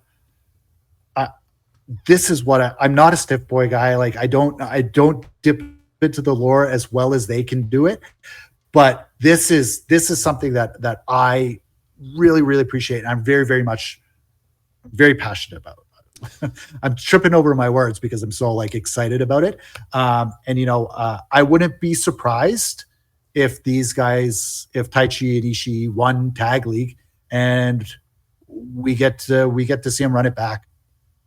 I would love to see it again. I would love that. I would love to see that. I don't know the direction for those guys. If one thing a lot of people don't know is like, When Taichi and Tomohiro Ishii were in the early days of their New Japan careers, they were in a faction together that was short-lived, and it was based on the idea that they were both outsiders. They didn't come up in the dojo.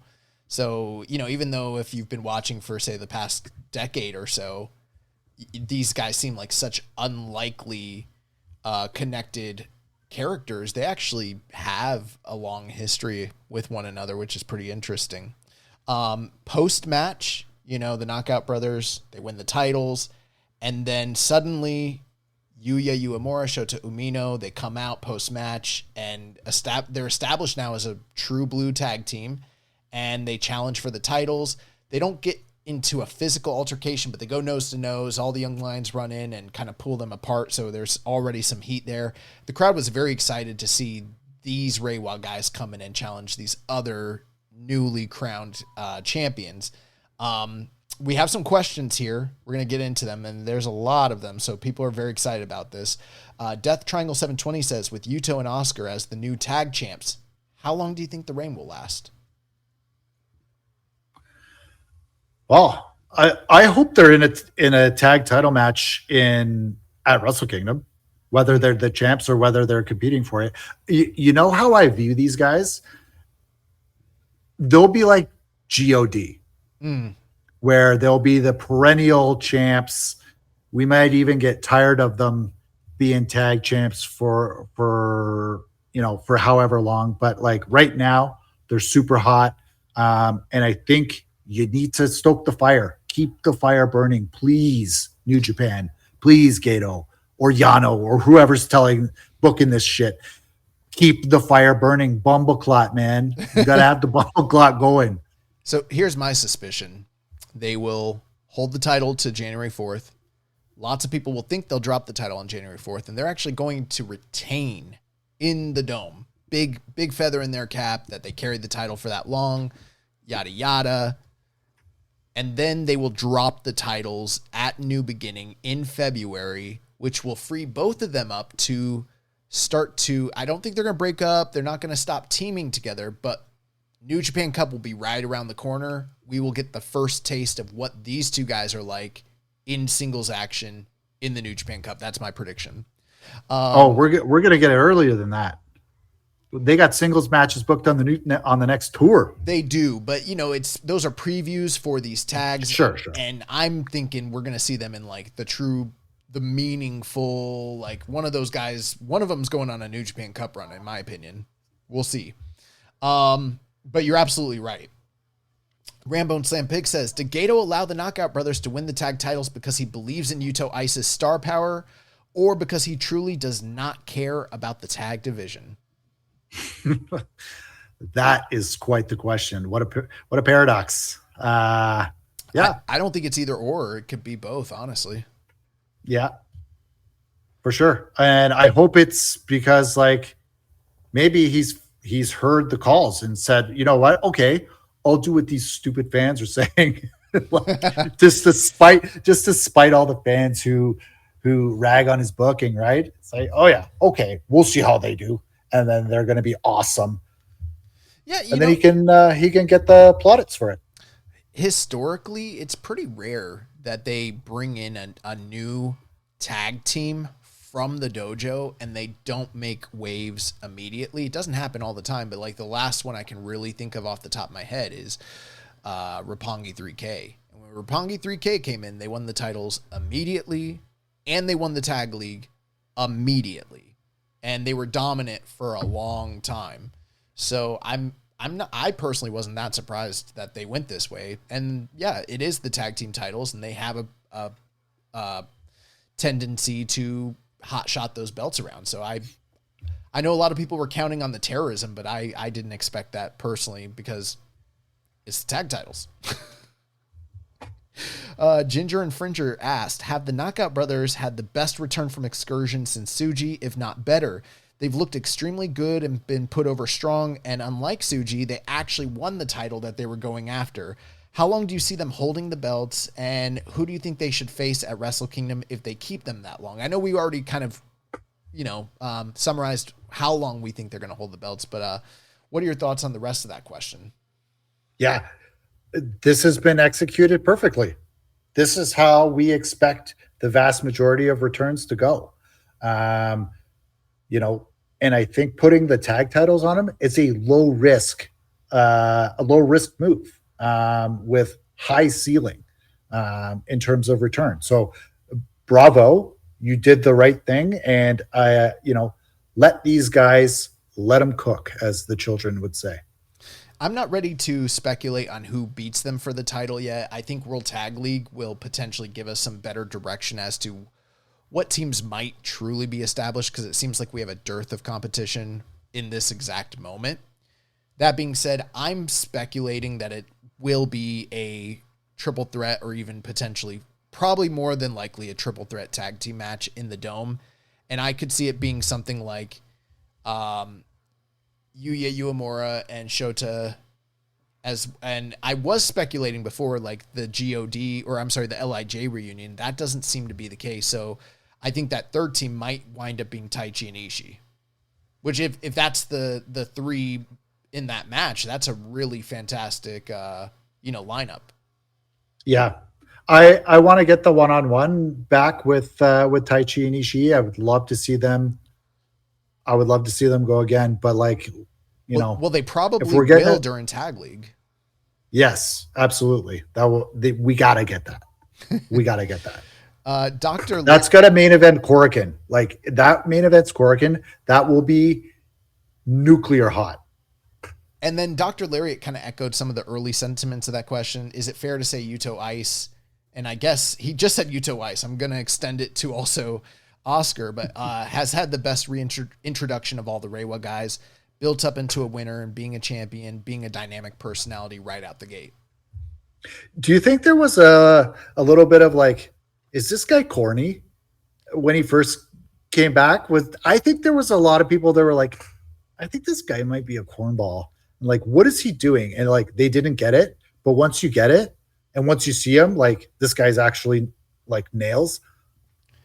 I think that it totally works. I think there's the danger as soon as he popped out and called himself Yuto Ice that could have been the case. And if he, the Knockout Brothers, and some people are going to think this is blasphemous for me to say this, but it's actually kind of complimentary in a way. They remind me a little bit of Enzo and Cass, but just a lot tougher, much more, strong style centric. But, there was a time before all the fallout and everything that happened where Enzo and Cass were like one of the most popular tag team acts in the whole company of WWE. People were seeing both of them as potential, future stars and champions. And there was, the dynamic, the smaller guy, the better talker, the better character. And then you got the big muscle guy who people think could potentially break out and be a world champion sort of thing. And there's a gimmick behind it. And this team they have some similarities. Obviously they haven't leaned so heavy into the gimmick and the haha to where it becomes a joke. But I did have fear the first time I saw them that I'm like, this Yuto Ice guy could, once the initial hype subsides, he could easily turn into a mid-carder and become the next Yujiro. Fortunately, the work and the attitude that is behind the gimmick and the confidence that he carries himself with puts all of that to rest almost immediately, where you're like, no, that's not gonna happen. With that being said, though, we had Emily. She also asked another question. She says, if Yuya and Shota lose their tag match for the titles, do I have a chance of Shota and ELP tagging in the World Tag League, or should I just stop being delusional for once? Yeah. If they speed run whatever rivalry they're gonna have between Shota and Yuya, Emily, I don't want to dash your dreams. But I don't know. Shota and Yuya are so weird. Yuya doesn't look at him in the face. He doesn't look at him. Do you ever notice that? And I don't know if this is like some aversion he has to like looking people in the eyes or whatever, but just look at the way that they talk in the backstage comments and stuff. And Yuya's never looking at him. Huh. And it's and everyone thinks like, oh, like Shota is going to be the one to turn. Well, like, what if it isn't? This is like just me speculating literally right now, but I've caught that like Yuya doesn't look at Shota ever. And it's kind of weird. It's kind of weird. I don't know if there's something behind it or if that's just Yuya is still awkward. I think he's very awkward, particularly in his the Elvis gimmick. So I don't know. I don't know, Emily. I agree to an extent. I will say this though. There is a tendency through the history of wrestling, people look at tag teams and they think of them as like, who's going to turn, who's going to be the Genetti, when are they going to break up, when are they going to feud? And that doesn't always happen so much in Japanese pro wrestling. And my hope, personally, from what I've seen from both guys, I know that there are the supporters of both of them that want them to break out, be the man, be pushed to the top, yada, yada. But like you said, I think some of the shortcomings that you see on both guys, they're still there. I think that putting them, I know that it is still an indictment on New Japan, the fact that they're not ready to go for the Tokyo Dome. That being said, putting them into a long-term tag team might be the answer that they both need. I think back to like Tenkoji. And Tenkoji was the catalyst for both of those guys to become legends, superstars, G1 winners, world champions, and main eventers. And they did eventually feud with one another, but there was never the official breakup. They just went there. They used that platform to elevate, separate, and come back together and feud. Same thing with Tanahashi and Nakamura. They were champions for like a year. They always had that tension. They saw each other as rivals, but they needed that year to develop what eventually became a legendary rivalry, and they found themselves very much so during that time. I think that's what these guys need. They need something to... I don't think turning them is going to be the answer, because we saw that with Ren Narita like 2 years ago, and it didn't fucking work. I think these guys both need a new vehicle so that people can care about them, because the things they've been trying so far just have not worked. So the idea, I think, with Shota and LP is like buddy cop. Yeah. Like, and with Yuya and Shota, I think there is an element of like iron sharpens iron, and that we need each other, even though neither one of them believes it, but they need each other to get both of them over whatever hump it is, to like really find themselves. And I think they are both still looking, and whether they, can do it as a tag team. I think they got to go with it. I would be very disappointed if they didn't stick with this, because I think it's a very interesting tag team. Yeah. Oh man, I had something I wanted to say about it, and I know what it is. The other thing too is, a lot of people I kind of forgot about this till the other day. ELP's the TV champion right now. I know he's not slotted to defend it. I'm not sure what's going on with that, but he's not as of now on the KOPW or on the King of Pro Wrestling. Yeah, he's on the tour. Yeah, he's booked. Oh, then disregard what I was about to say. That was idiocy. Yeah, I'm fairly sure I saw him. We're gonna go through the card, so one of us will be right and wrong. It's probably you. That's Stay right. tuned. But if he is still champion, then he's probably gonna walk into the Dome with the title and have to defend it. So there's also that to consider. That's gonna take us to the next match of the evening. The fifth match here, we had the GHC Junior Heavyweight title on the line as the champion Hiromu Takahashi successfully defeated the challenger Taiji Ishimori 11 minutes and 30 seconds. Yeah, this one felt short for me. Like, I don't know, I may be lower on this than maybe the average. I really liked it, but I don't know. I don't think I loved it, and I don't know. Maybe I was expecting more, something a little bit more grand. But yeah, I don't know. I don't know what to say. It was kind of not thrilling. You know, and I have these notes here about, Chris mentioning like how do Noah fans feel about this, and I know I said this before, but yeah, um, I guess there's like stakes, but yeah, I don't know. The build was so short. You know, Ishimori didn't even really have anything to say other than like he didn't want to be the GHC champion. Right. So it's like, well, great. So, not the best way to build a match, right? So, yeah, it was good. It was like worked pretty well and everything. And, it just didn't hit the next gear for me or the next level for me. And I thought the crowd was not super into it after that KOB match, which they were very much into. Yeah, this was a little bit of a come down in terms of the fan reactions. The last time that the GHC junior title was contested in New Japan, they talked about it on commentary, was back in 2004. And, I don't know how many modern fans are aware of this, but Ishimori, spent the bulk of his prime years in wrestling as a member of the Noah roster, one of the most decorated GHC junior champions. And I think he has the longest successful title defense record at 10 defenses. So I think that was part of his heel persona, being like, I'm already past that title.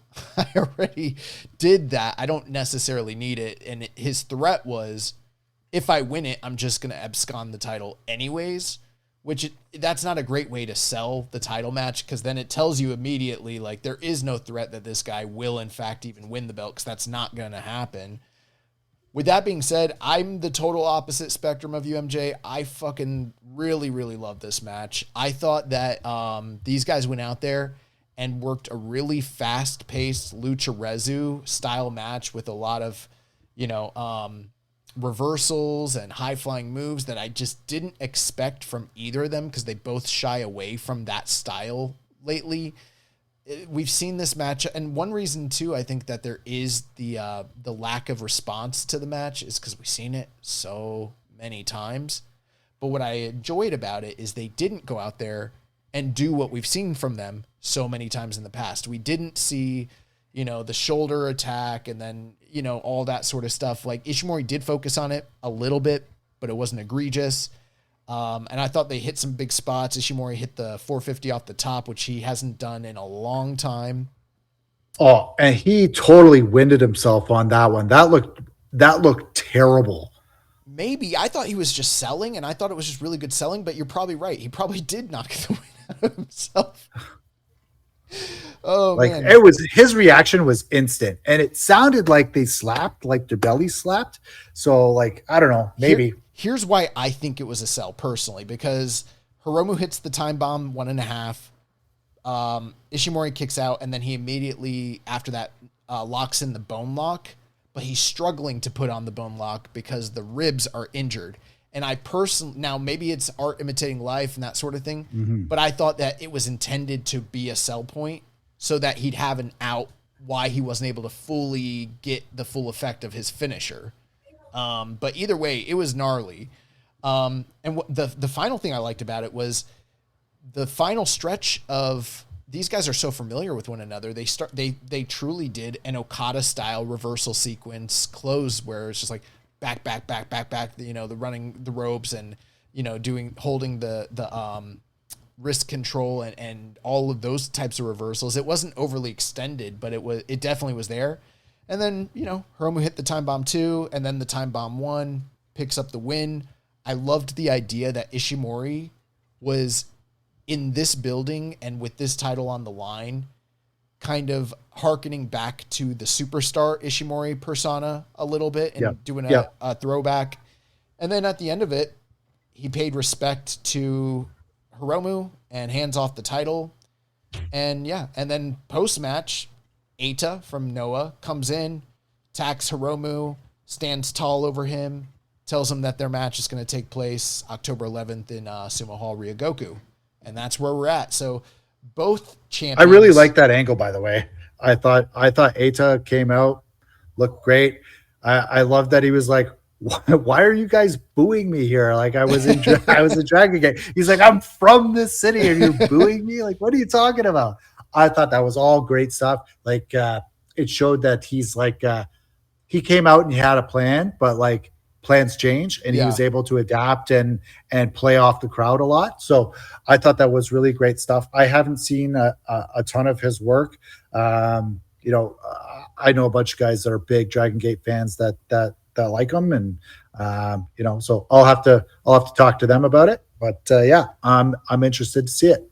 I think the other thing I liked about this match is just 11 minutes, 30 seconds. They got in, they got out, and it wasn't the long form. I thought they did a good job telling a story in a short amount of time with excitement versus the very long, prolonged, drawn out IWGB Junior title match from the previous show, where it's like, totally, I miss this sort of wrestling. I miss the high flying. And I mean, they didn't do anything super dangerous, but it was a lot of lucha-rezu. It was a lot of, you know, the stuff you would see in Mexico City with like Hurricane Ranas and, you know, the arm drags and dives to the outside. Both guys did dives, and I don't know, I fucking dig it. And you know, yeah. And to be fair, like I didn't dislike it. Sure. I liked it. But I wouldn't be. I'm not saying you got to see this. No, it was. You're not alone. It was good. The cage match score is 7.14, so I'm probably the high man on this one. But I think for me, it was just a palate cleanser, especially after what we saw the match before, which was like super hard hitting, super spirited, strong style. And then I enjoyed, like, this was a palate cleanser where we saw guys, you know, kind of hearkening back to, I mean, let's face it, neither guy is a spring chicken, and neither one of them is what they were once upon a time. But they kind of rolled back the clock a little bit and entertained the fans, and I enjoyed that. And then the last point about this that I'm just thinking is, you know, again, Hiromu's champion, Desperado's champion. Seems like they're the last two big stars that have not faced off during Desperado's title reign. And I suspected that the winner, because we originally thought this was going to be a special singles match, the winner would go on and face Desperado. That's clearly not happening. And they're doing a good job keeping Hiromu and Desperado apart for now. And I'm speculating there's a good chance if they're both still champions by Dome season, that's the match we're getting. But like you mentioned, how would you feel about that if you are a Noah fan? Is that something you actually care about or not? You know what I mean? So Noah has a show on the 1st, right? They do their show on 1/1. Yeah, they do. Yeah. So I honestly wonder if he holds it beyond that, but like, yeah, if they're gonna do it, yeah, I'm not a big fan of that idea. I think, I mean, I like the idea in theory, but I don't know. I don't think that does either title a good service. It's not elevating either title, and it's kind of, you know, and like, what are you going to do with, and you know that they're probably just going to give it to Hiromu. Like Hiromu would be the double champion, right? I don't think they would just move the GHC title from a New Japan guy to another New Japan guy. Maybe that would be very weird. I think either way it's weird, and that's the conundrum. I'll tell you the truth. I love title versus title matches. I love when guys take the double titles from other companies, but the follow-up always sucks. Because there's always the problem of, okay, what do we do now? How do we fix this and get it back to where it needs to be? And you're putting divisions on hold, and you're holding up people like in their careers. It's usually not beneficial, like you're saying. But me, the mark in me, I like the moment when they're standing there with the confetti and they got the two belts. Yeah. But yeah, the WrestleMania 6. It's not a good idea. That takes us to the next match of the evening, special singles match. We had Yota Tsuji defeating David Finlay with Gedo, 14 minutes and 35 seconds. David Finlay, elite wet guy. I'm a big wet guy. You know, I live in Calgary, you know, home of Bret Hart, also an elite wet guy. But yeah, Finlay bumps, man. Like he was folding for Suji. That bump on the table that he takes, his legs go flying up in the air. He's bouncing around for Suji.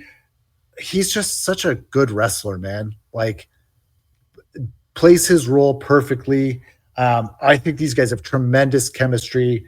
Tons of big moves in this one. Like, love to see it.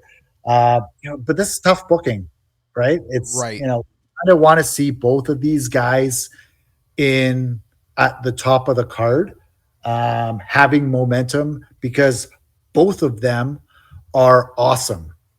And it sucks that one of them's got to fall down the card, because I think having them both sort of chasing is better for the card.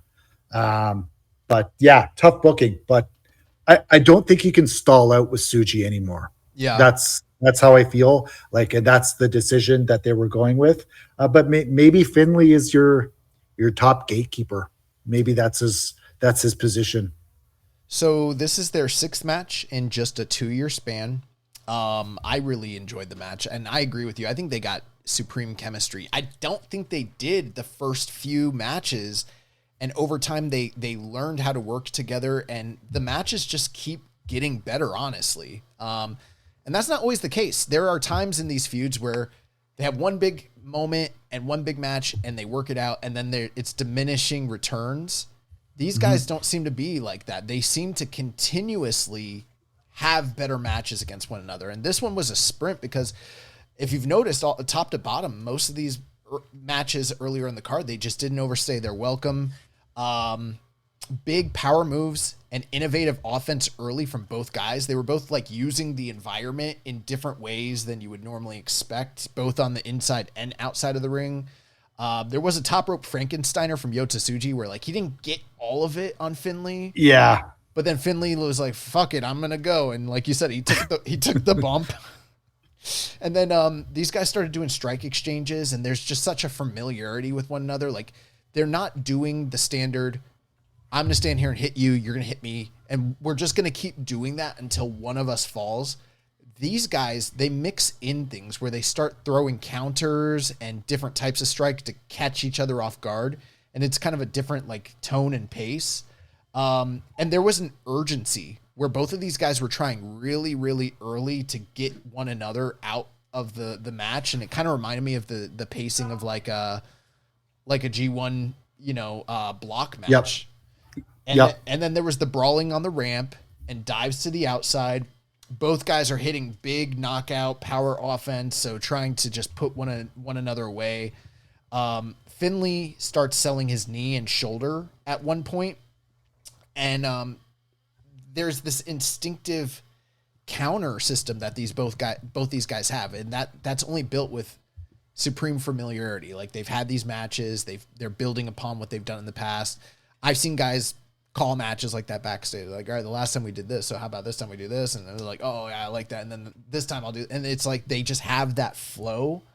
And then the end of the match, Finley ended up countering the big spear from Tsuji with a giant knee, and he goes to hit the overkill, but because he's kind of injured from the shoulder and the knee, he can't get all of it, and it's only like half of an overkill, and Tsuji ends up kicking out of that. He ends up hitting the Gene Blast, and Finley kicks out of that. And then finally, he takes Finley up to the top rope and hits a super reverse suplex off the top rope, which that is fucking nuts. Gets another Gene Blast, picks up the 1, 2, 3. I call this match a power sprint. Yeah. This ruled. Super awesome. Great second to the top match. Like, everything you want in a semi-main. And you know what? A lot of people will disagree with me on this. I thought this was the best match of the night, personally, for the pacing. And it's kind of surprising because I felt the same way about their match in the Tokyo Dome. And I didn't anticipate liking either of those matches as much as I did. And both times I thought they over-delivered. And then post-match, there's just no respect or handshake from Finley. Like, Tsuji tries to give that to him. He doesn't. Tsuji's now 4-2 in their feud. But as good as the match was, we had a lot of people kind of voicing their displeasure here. So Death Triangle 720 says, does it feel like Tsuji is in the loop of facing the same people in a feud this year? Well, yeah, because he's faced David Finlay, whatever, 6 times, 10 times or something like that. Who knows? So yeah, a bit. A bit, yeah. So, but we've had this like LIJ slash unaffiliated, entanglement for a while now, and so you kind of hope it's a blow off. But Finley was like, "Nah, this is forever beef. I'm always gonna be there." So, yeah. But yes, it does feel like it's a bit of a loop. But you look around and like Tsuji is outshining all of these guys, and like there's perhaps only a couple of guys like Takeshita and Finley and Gabe that can kind of hang with him at that level. Like Shota and Yuya.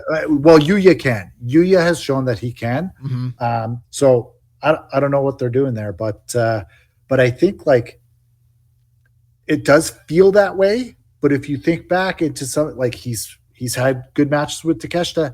He's had those matches with Yuya. So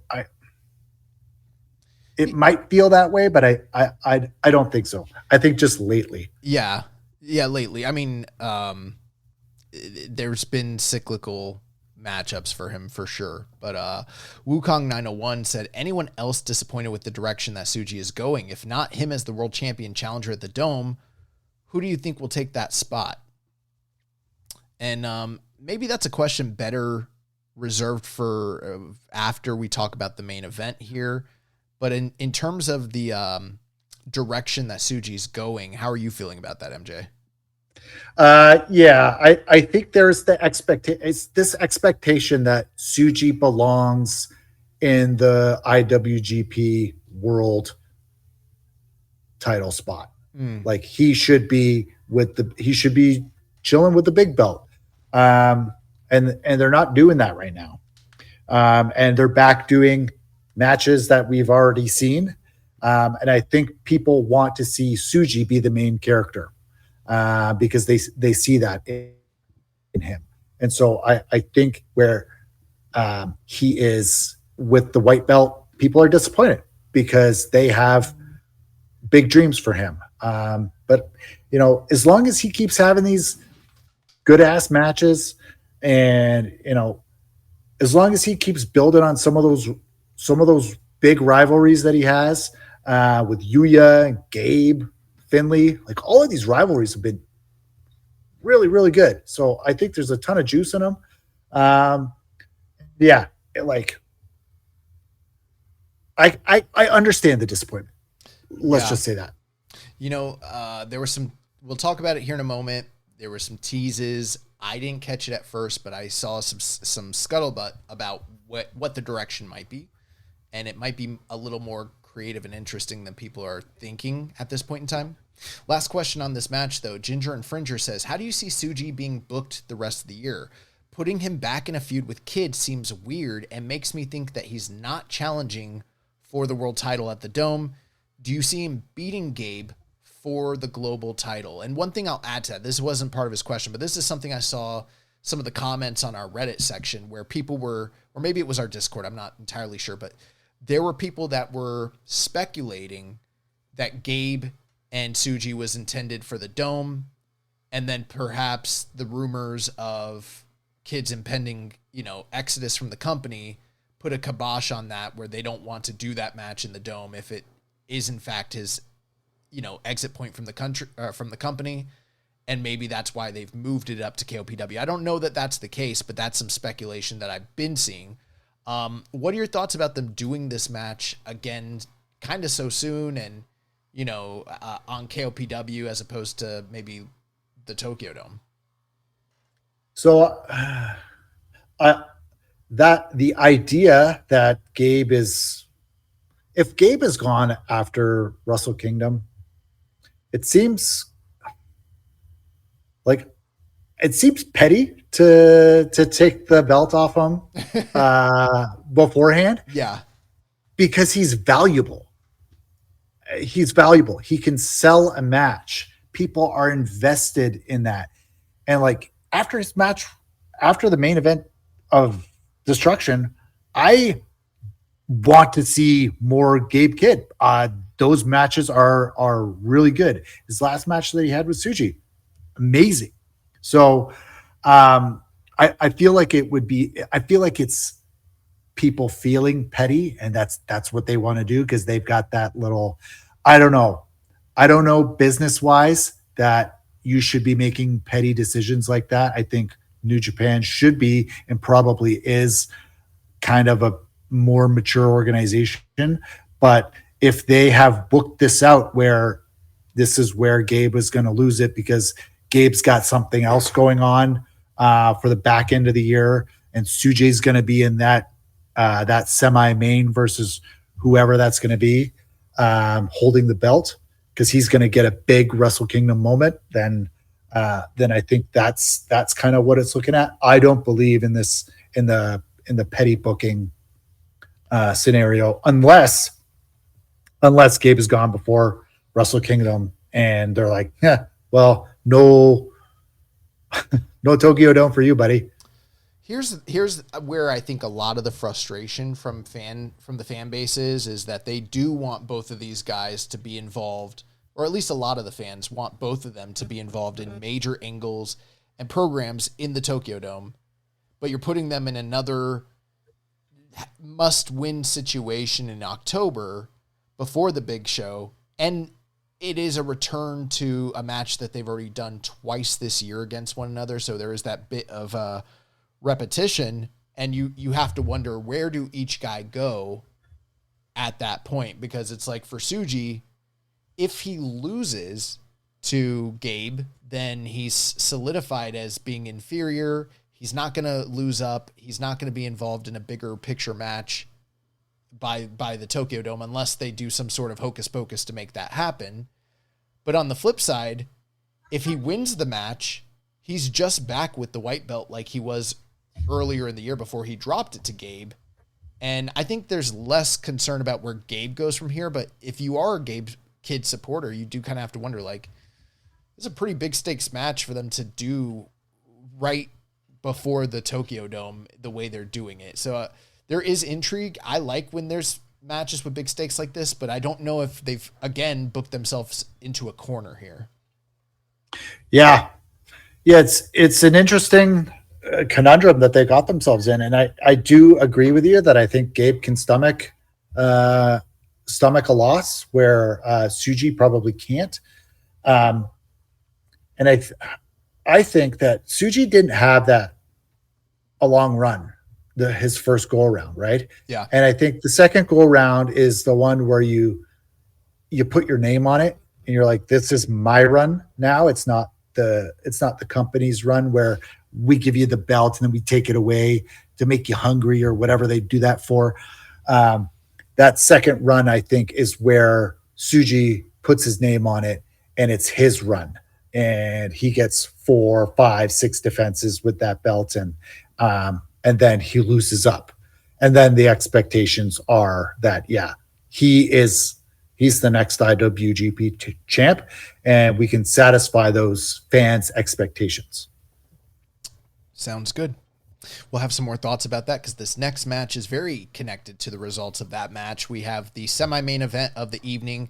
The IWGP Global Heavyweight title was on the line as the champion, Gabe Kidd, successfully defended the title against Shingo Takagi, 21 minutes and 37 seconds. Before you jump into things here, MJ, I just wanted to point out, so they had the press conference for the big title matches leading into this show on Saturday.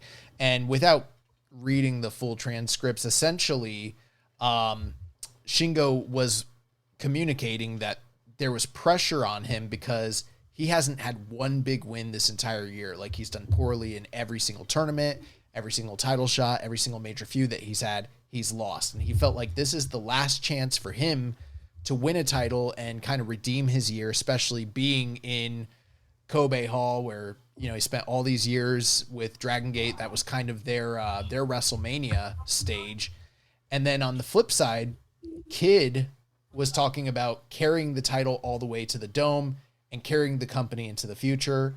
The press was asking quite a few questions to Shingo and not much to Gabe Kidd. I don't know if that is still a lingering after effect of some of the, the controversy about his going to AEW and stuff like that.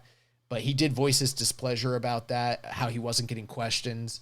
But Shingo basically said, I'm only focused on this match in Kobe. Like, there is no tomorrow for me. There's nothing else. I'm just going to do my best to win the title. And on the flip side, you got Kid over here, and he's talking about, being the future of the company, being the guy that carries the company on his back. He has plans to wrestle Takeshita in a rematch and other plans in his mind. And like, he's, basically selling the long-term trajectory of him in the company. So those were kind of where we were at the night before this match. MJ, what are your thoughts on the match and the stage that was set and, everything you saw here? So first I'll say Gabe is in tremendous shape. TV shape, one might say. No, but this match, this was war. This was spirit testing. It was reckless. It was everything we expected to see from these guys. The pace these guys went at was insane. I'm easy 5 on this for me. Wow. Yes, that's how I felt about it. That hit for me. So I would say maybe not easy 5, because I do think Gabe has maybe an over reliance on the fighting spirit spot. Mm-hmm. That if I do have one critique about Gabe's matches is too many fighting spirit spots. If you think back to Finley and Tsuji, I don't even think there was one of those like fighting spirit spots in that whole match. I can't really remember. Which match was that? In the Tsuji versus Finley. Yeah. So, but Gabe, this is kind of his thing, but he goes back to the well on it a couple of, like, perhaps too many times. But there was the one series where they were doing it, and and he finished the sequence with like a pile driver on Tsuji or on Shingo, and Shingo kicked out at 1. And it was like a back and forth, maybe 4 different spirit spots. I was just like, hell yeah, man, this is good. But like, that's, it got me going. It got me excited.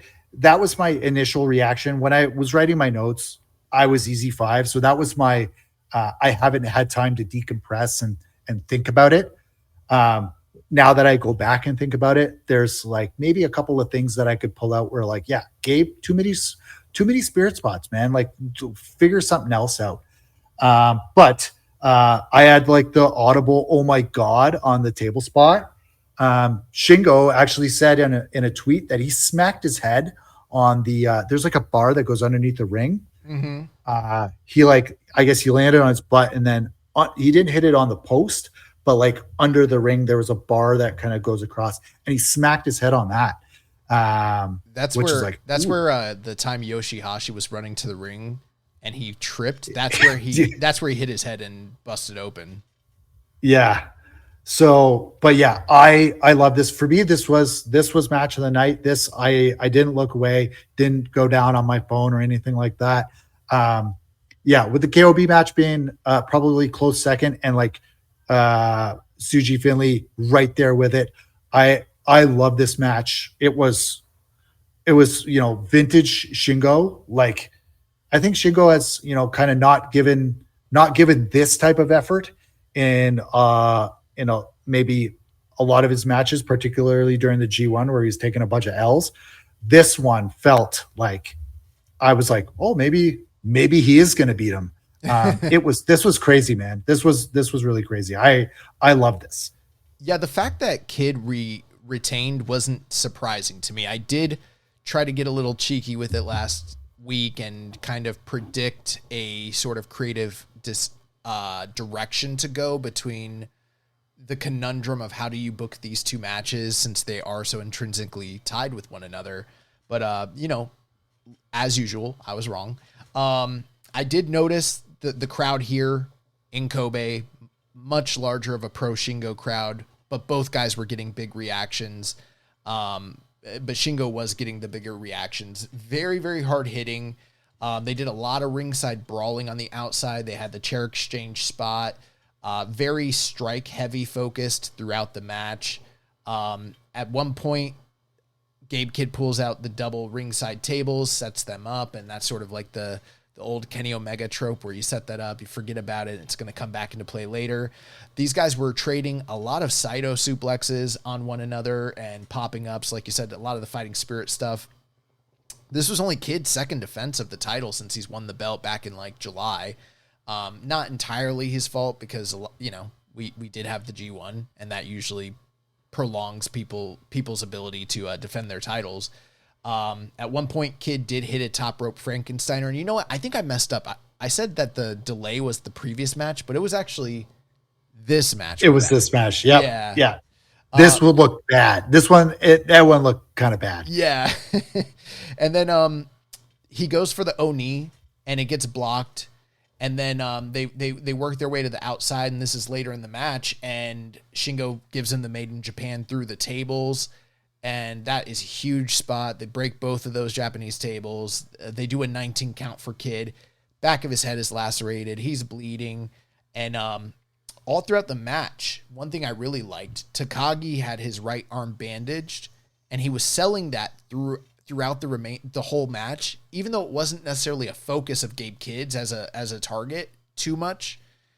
He was always selling it. Every transition, every move, everything that he did, he's making these small adjustments to account for, and who knows, maybe his arm actually was jacked up. I don't know, but even if it wasn't, like, he was doing a great job just kind of creating that realism in what he's doing.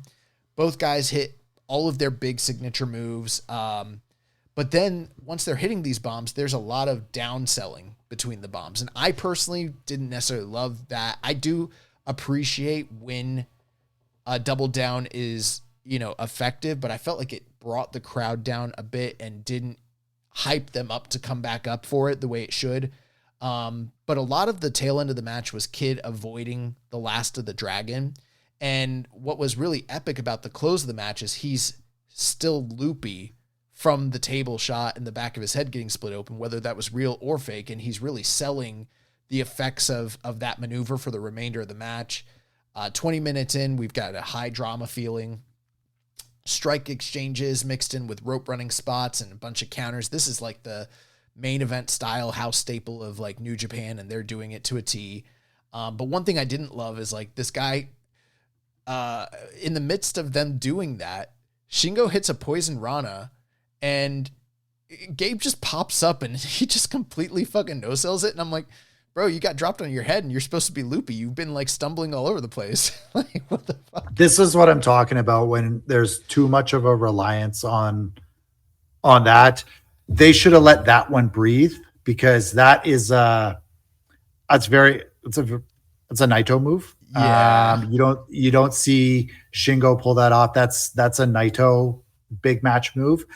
And they should have let that one breathe for sure. I've seen Ospreay do that quite a bit as well in the past. Well, oh yeah, lots of people do it, but like Shingo doesn't do that kind of a move. But like in his like circle of influence, that maybe that's like him being like, I'm gonna give you the Naito move right here. I'm gonna pull that out of my bag of tricks, right? And literally, he pops up from that move and hits a lariat, an Oni, struggles for the Doctor Bomb, gets the almost 1-2, and then he does the drill A pull pile driver and picks up the 1-2-3. So he goes literally from the poison Rana into his finishing sequence and just obliterates Shingo. I thought the match was really good. I'm not as high on it as you are, but I could definitely see the appeal of it. And most people, this is the match they're highest on. And I personally kind of felt like right when the match was picking up and right when it was starting to hit a next gear for me, Shingo got beat. And I was like, damn, like I felt like they're right on the cusp of taking it to that level where I'm like, all right, here we go. So I was a little bit disappointed there. I did notice that all throughout the match, commentary was doing their best job possible to try and rehab Gabe Kidd and prove that he isn't this traitor. He isn't this AEW, send off or whatever, that this is where his heart truly is. And you can't deny it. And talking about like the heartbreak and drama that took place when he got exited out of the G1. So they were really like trying to build respect back on his name. So, I noticed all that.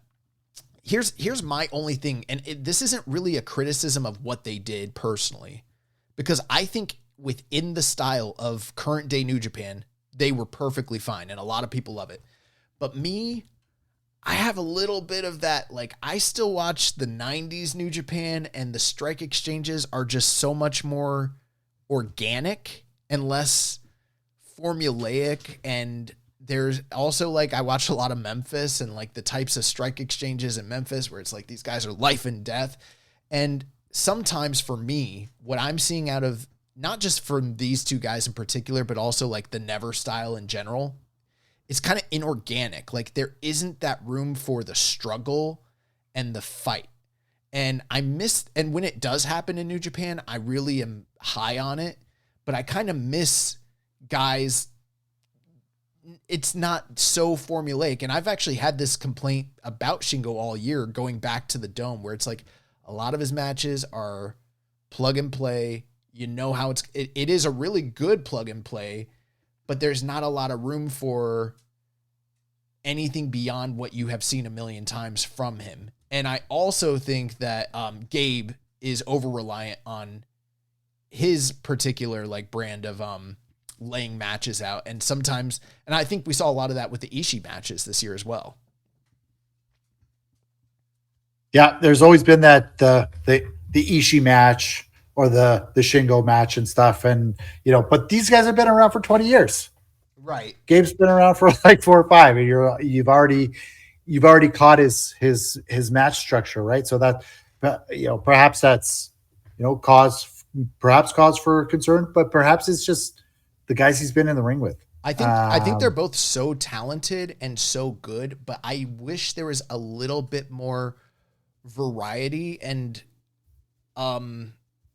kind of just making you feel uncomfortable. Like when you see the fight, you want it to feel like a fight instead of like, I know I kind of sound like the Cornette guys because I'm talking about choreographed and things that are unbelievable, but like, I would like it to feel a little bit more organic. Another thing too, is like they kept putting each other there's these random exchanges and they're not fighting against what is happening to them. Like they're just catching each other. It's so fluid. And I sort of felt like the match prior to that wasn't so much like that. Like we were seeing a true struggle between like Dave Finlay and Tsuji, where they're trying their hardest to avoid making these mistakes. And here it was a little paint by numbers. At the same time, what they excelled at, the big spots, the big drama, obviously the big strikes, fucking awesome. I mean, it's still a great match, and I see why people like it a lot. And it was really good. Yeah. And I still love it. I like even as we debrief and we nitpick. Right. I still love it. And I don't rate stars because I have no like I have no like you have no stars way to keep my scale is just like totally subjective. There's nothing like that keeps it rational. It's kind of like, how did I feel right at the end of that match? Was it like, right, fuck yeah, or whatever, that's it. Or like something in the middle of that match makes me like, oh my God, this is, yeah, we're going. So that's kind of our grade shit. But yeah, I really love guy it too, personally. Like, you can win me over with, and we're going to talk about that in the next match as well. But like there has to be that like collision of good work and the crowd really being invested for it to elevate for me. So I'm right there with you. I'm definitely like a vibes guy personally, more so than just like, breaking down the match or whatever. But with that being said, post-match, Tsuji returns, comes out, asks for a rematch, against Gabe Kidd. They cut a promo on one another, and the match is scheduled where they're going to challenge for the title in Ryogoku on October 13th. There was some interesting stuff that kind of came out of this, and we had some questions here. Let me see. I don't know if you caught any of this, MJ. I didn't personally, but I started seeing a lot of people talking about it. Maybe it's because I didn't watch the post-match or read the full translation, but let me read this exchange to you. So Death Triangle 720 says, maybe I heard it wrong, but did they just tease a champion versus champion match at Wrestle Kingdom 20? And then Noel Dynasty 2490 was responding to him, so he didn't have a question, but he was clarifying. He says, that's what Charlton just teased on English commentary. Yes, the winner of Gabe versus Tsuji is saying that they want the world champion in a double title match at the Dome. And apparently, in the post-match interviews, that was what they were both reiterating in the backstage comments, is that they intend to not only the winner of this match wins the white belt, but they intend to go on and challenge whoever the IWGP champion is in the Dome. We're doing a double gold dash or something? I don't know. I have my own apprehensions about potentially doing that, especially since this is a new title. And, well, I guess they're both new titles and they've done something like that in the past. However, if it were to lead to Takeshita versus either one of these guys, that is one of the best potential matchups you could do in the Dome and could rehab a lot of the complaints that people have about these two guys being stuck at white belt level right now. I suppose, but you take out another, you're taking away a title match. Yes. Yeah, you are. But devil's advocate, and I'm not saying that that's the best thing in the world. If you were going to do something like that, this isn't the worst show to do that at, because you've already got Tanahashi's retirement, you got the Aaron Wolf thing, and they have even though the roster isn't full of stars, there's a lot of deserving guys that probably want to be on the show. And that will clear up a slot where you can do something with some other guys that you wouldn't be able to do otherwise. Yeah, I guess we'll have to see. I just don't love I don't love the double title thing. I don't like it with, honestly, if we're getting a GHC junior title match and like two double title matches, that's even if that happens not at the Tokyo Dome, but at some other place in the next 3-4 months, you're taking the luster off of this double title match. And yeah, I don't know. I also haven't read the transcripts. I tried to watch but they didn't have the caption. So yeah, my Nihongo is fairly limited. So I don't know anything. I mean, personally, at this point, it is still all just conjecture, but it is interesting that Charlton was saying that on commentary. We do know, obviously, these guys backstage, they're given a lot of leeway to sometimes try to work themselves into their own angles, and it doesn't come to any sort of fruition. So that could easily be what's going on here. At the same time, though, it is rare that the commentators also emphasize what is being said, but it could just be a case of them giving the translation. But the way that I've seen a few people that picked up on this, they're talking about it, they're seeming to indicate there was a tease. Is it the best way to go? I don't know. We've talked about viable challengers for if it is Takeshita, which I think it will be, like Goto, like Okada, like any other number of guys. But a lot of people really were banking for a long time on that Tsuji Takeshita rematch in the Dome. And this is a way to get there. What they'll do with the white belt, black belt situation post-match, I have no fucking clue, and I'm not enthusiastic about. But I could probably get behind Takeshita wrestling either of these guys, personally. Well, if Tsuji wins, wasn't Tsuji talking about bringing back the V4? He was, yeah. And, I will also... A while ago? Yeah, he's been talking about it a lot. Maybe that would happen. I also got to tell you, I have no real connection to this white belt personally.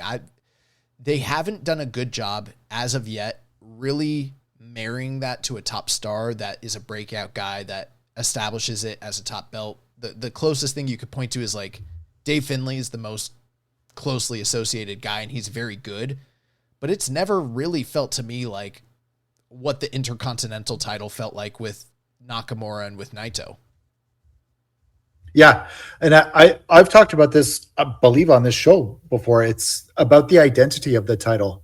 And you need champions to go on runs to forge the identity of these titles. And you need a series of guys to forge this identity. The Never title has an identity. That V4 title had an identity. And, whatever folks want to say about Tony Khan, he had a vision for his top title. He even had the first 4 or 5 guys booked out who were going to wear that belt because he had a vision for the identity of what this title was going to be. And that's super important. And they never had that with the US title or the UK title. And they haven't done this with the global. And so it's challenging, but you gotta build an identity. It's gotta be something, right? The Never title, it is that the big hard hitting match and all that kind of stuff. It's, you need an identity. Speaking of identity, I got my identity over here. I got to run in here. It's my boy. He's going to bed. That's okay. So that's me. That's my identity as dad. So we've got the last match to discuss here, the main event, and strangely enough, we don't have any questions about the main event. So that kind of tells you what some. Is it strange? Is it strange though? Is it strange? Maybe it's not strange, but the IWGP World Heavyweight title was defended. The champion Zack Sabre Jr. successfully defeated the challenger Ren Narita. 29 minutes, 24 seconds. At the presser that we referred to earlier, Narita was very dismissive and sort of insulting about Zack as being a foreigner and an invader of some sorts, and he really just kind of kept his answer short. And then, stated that if he wins the title, he's not going to defend it against the G1 winner, Takeshita. He's going to turn around and defend it against Evil. Zack Sabre Jr., on the flip side, was comparing their resumes over the past 2 years since they both joined TMDK and House of Torture, and basically said, like, this guy's done fuck all. Like, he's in the same spot he was 2 years ago. Meanwhile, I've won all of these belts. I've won all these tournaments and headlined the Dome. And, this guy's not on my level, and says, do you even really want to be champion? Or are you content just being third string Evil in House of Torture? And he buried House of Torture, talked about the worst thing about them. It's, worse than having to watch them is actually be in the match with them. And the funny thing is both guys were really asked about Takeshita and the future of that match. Neither of them really had much to say about it at all, or really even addressed the situation. So that's where we were leading into this match. MJ, what are your thoughts overall concerning the main event here? So I guess high level is I don't really know how to feel about it. I liked the vast majority of the match, the work. I thought it was great, and I thought there was some really good stuff from Ren, which was nice. But I feel like the only guy Ren can have a good match with is Zack. And that's unfortunate because that's the only guy I've ever really seen him have a really good match with. This I think perhaps over delivered on a super, super low bar. The run-ins, particularly with Yujiro, get out of here, man. It's garbage. Like absolute garbage. Yeah. You didn't do it. You had no run-ins for the junior tag match. Like where that type of shit would have been like passable, like expected. You kind of would hope for maybe not doing this in the big spot for Ren because he needs some type of crutch. But yeah, so that is super disappointing. But if I X that out of my mind, I really liked a lot of the work, particularly at the end of the match, where it got intense, and there was parts where Ren showed a little bit of personality beyond this like dumb guy with that can only say baka or whatever his catchphrase is, right? He showed a little bit, like he like grinned when he got his like shirt ripped off and he kicked in the chest, right? I kind of want to see that. Yeah. I want to see a little bit of depth. Give me something, Ren, because his work has depth. I think like he's very clever in the way that he uses his submissions. I think he's like clever even in the way he cheats sometimes, like the timing of when he goes to the eye to rake the eyes and that kind of stuff. I think that's clever, and I think maybe that's Uncle Nobu rubbing off on him a little bit, because I feel like he's the best at that kind of stuff. His timing is really the best at that, and I think that's what the House of Torture should emulate. Like that's the type of heel that would work versus what they do now, which is like it just ruins everything, and it doesn't. It's not good heat for Red.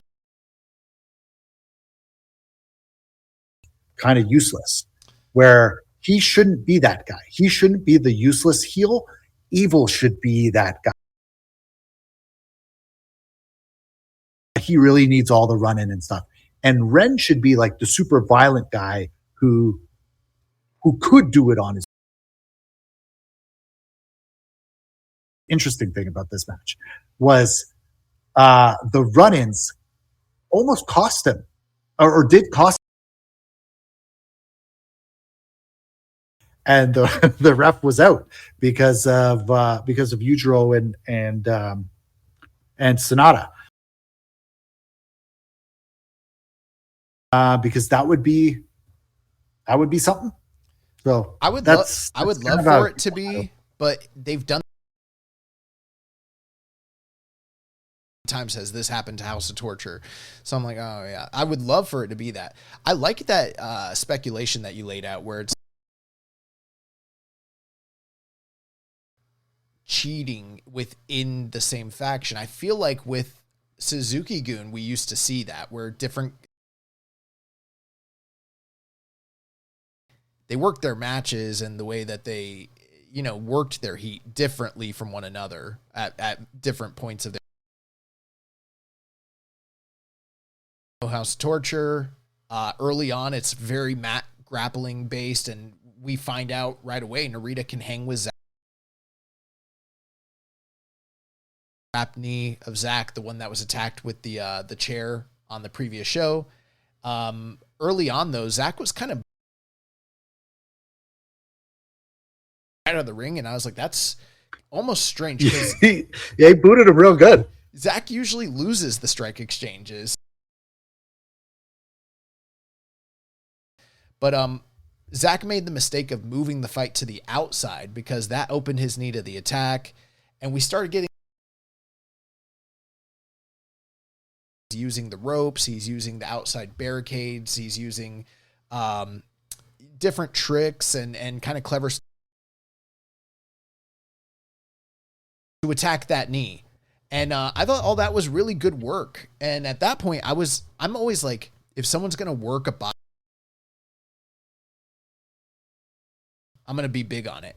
However, the crowd was really not enthused about any of this. They were so match, and then later on the legwork just became sort of uninspired and wasn't frantic enough.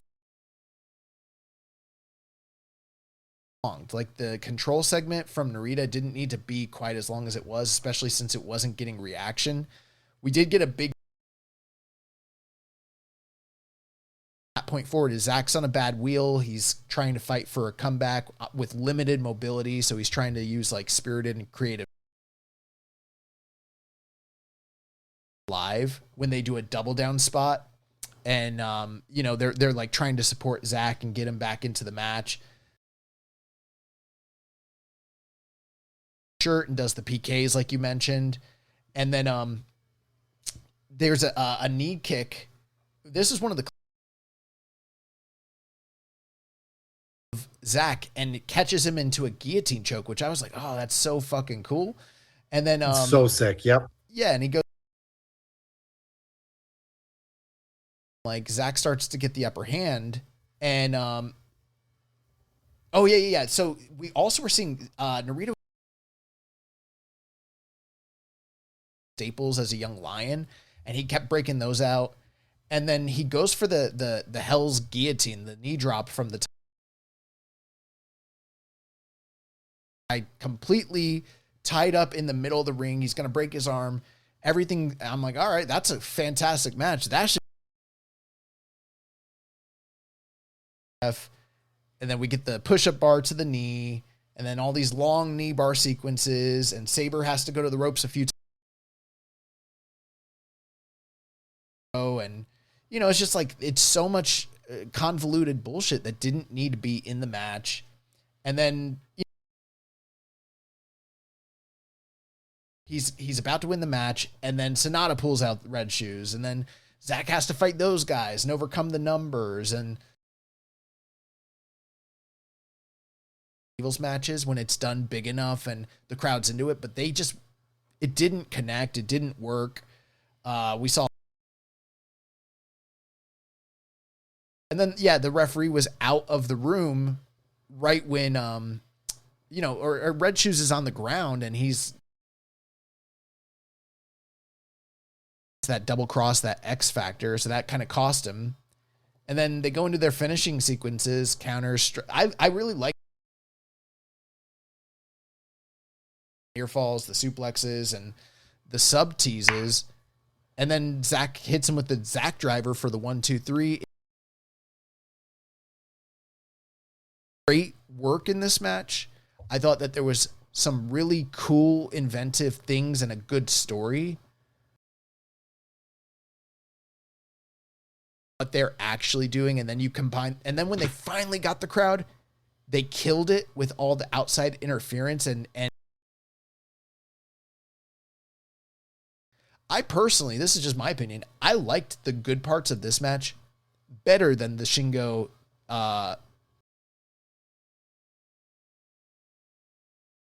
game. Yeah.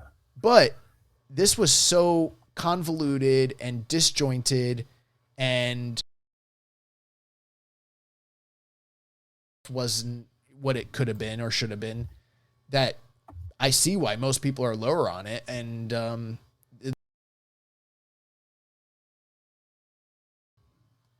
yeah, bad build. Zach burying Narita like that was, feel like he's frustrated with the whole situation. yes. And that was a shoot, because I think he really thinks Narita could be like not the next Sabre, right? Maybe that's how he feels about him. So Yeah, it's I don't know. Really great match. There were some really great parts to the match, but it's not a great match, and that's unfortunate.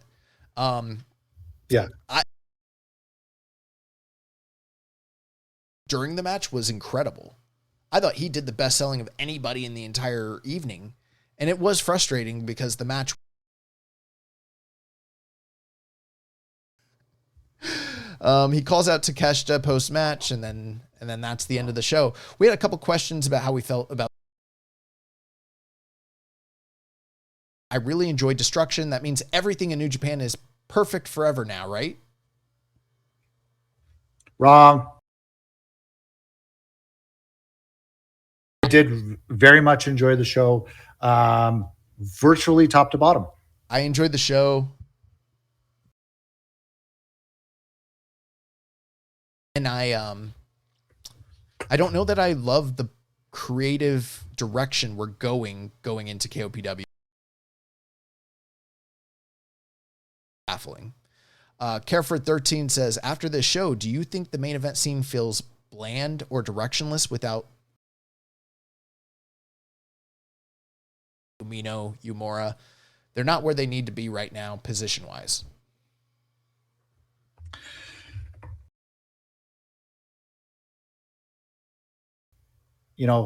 I guess that's a problem of their own making. With the weird book.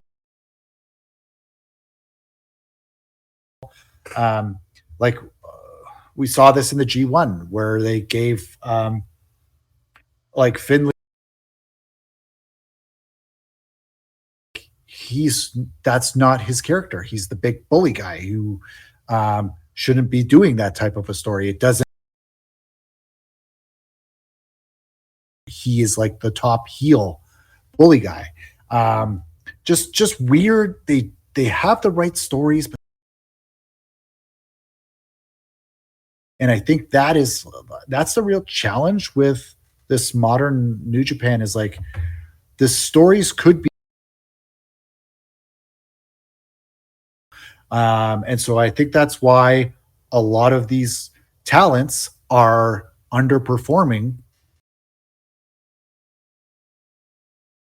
to follow, or one that their skill set and current charisma allows them to be. But brother, I am not into like, oh, he's the next Ricky the Dragon Steamboat. Yeah. Like,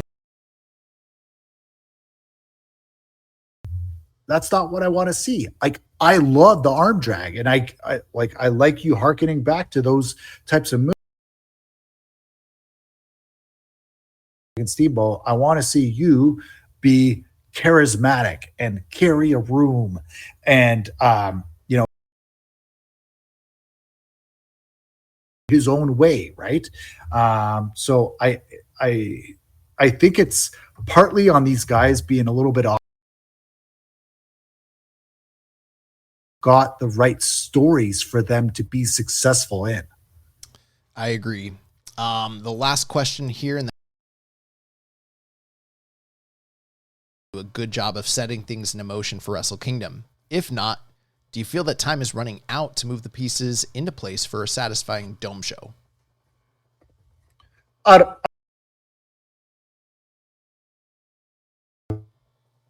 And I think it's about to kick off, and we'll see. Like, right? Like we talked about this press conference. Like they have, and like I don't know what their marketing cycle for Wrestle Kingdom is. It starts in like I don't know July, domestic audience or something like that, and they've just released the US tickets. So. Tickets. And so I think that it's going to be, fast and furious and speculating super early. Yeah. And, we have 1 and 2. And then that like last month after after Tag League is, snowfalls and then everything's going there. So I don't know. I think we're right at the right spot, but they need to take burned again. So I hope something good happens here. Well, that's going to do it for our review. Let's just quick preview. Fourth night 1 of the Road to King of Pro Wrestling. I'm not going to go over the full card, but some of the interesting stuff on this singles match. It's pretty rare. Does not happen very often. The 5th match of the night, we see El Desperado Kukai, who I'm not familiar with. I saw that you shared some stuff in the Discord. I actually thought Kukai was going to be personally. I thought he was made up. I thought that he was alluding to a new gimmick that was just going to come in, but apparently has connections with that he's bringing in. And I think it's interesting because that's sort of how Doki broke into the company as well. Same way through guy is he's coming in to tag team with him during Super Junior Tag League. Yeah. So, and he went on excursion in like 2022, and he's been living in Mexico for the past like 3 years. First look at him. They're going to take on the House of Torture team, Dick Togo, Don Fale, Doki, Evil Show. And then the main event, Hiromu. It's probably going to be him and Hiromu in the tag league, unless Daiki Nagai teams with one of those two guys. And Taiji Ishimori. So yeah, the unaffiliated War Dog thing has not subsided. Like, but that's sort of more of a minor show taking place in Hiratsuka or Hiruzuka. Sixth show is coming from Cork and Hall. We are going to see singles matches between Shota Umino and Asuka. I would expect more than likely we're going to see the Paul Heyman special, because that's what always happens in these situations. And your main event, again, the IWGP Junior Heavyweight titles on the line as El Desperado defends that belt against Doki. Any Yeah, the history between Yuto and Yuya is what I'm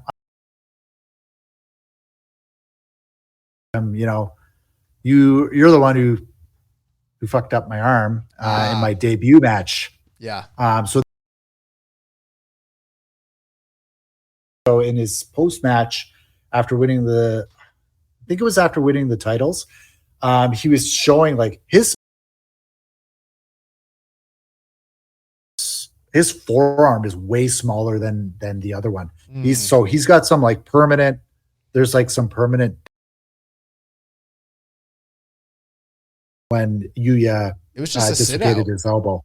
It was crazy. It was just a sit out. He was switching out, taking the back. I don't remember a ton of like. I love young lion matches, and that one I will never forget because it was nasty. That was disgusting.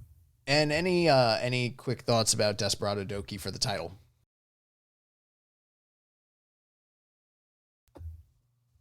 We'll see. I hope it's good. And I hope to no interference. I hope Doki is back to his.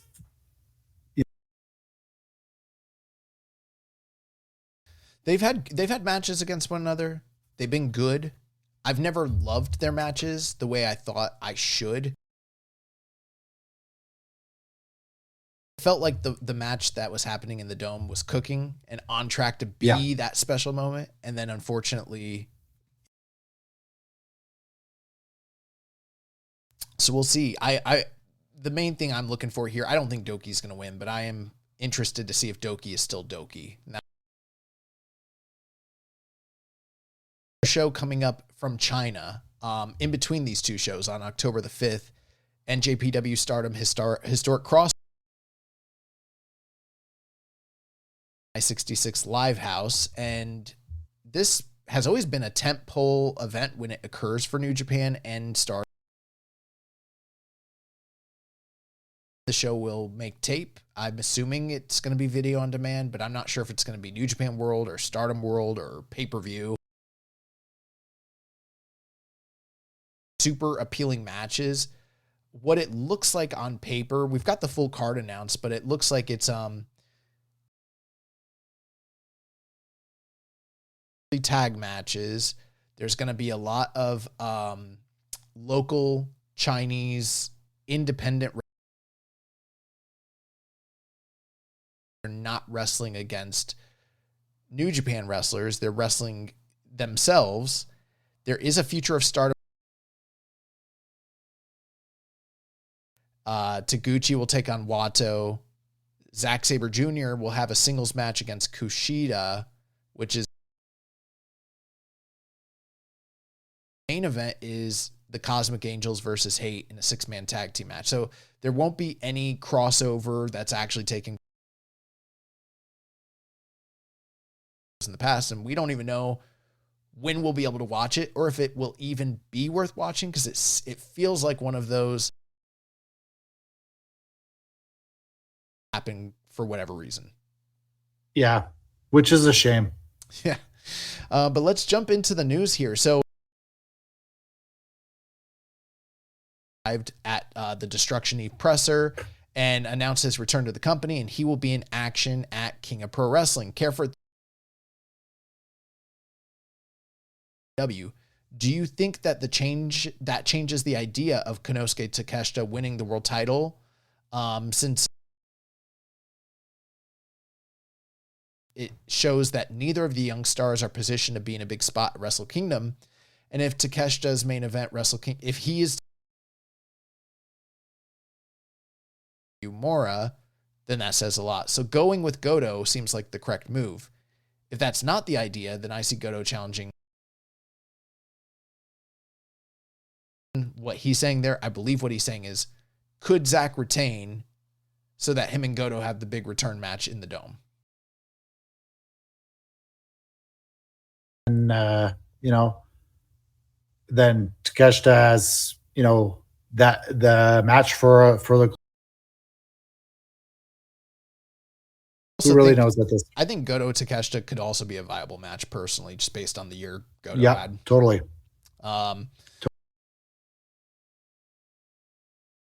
Coming back probably like as big movie star, right? I think they should leverage that. Like, and play the guitar in the middle of the ring like Hollywood Rock. I thought you were saying come back like E Honda. Him being E Honda, because I don't think he's fat enough to be a giant sumo wrestler. Yeah, that's true. I also look.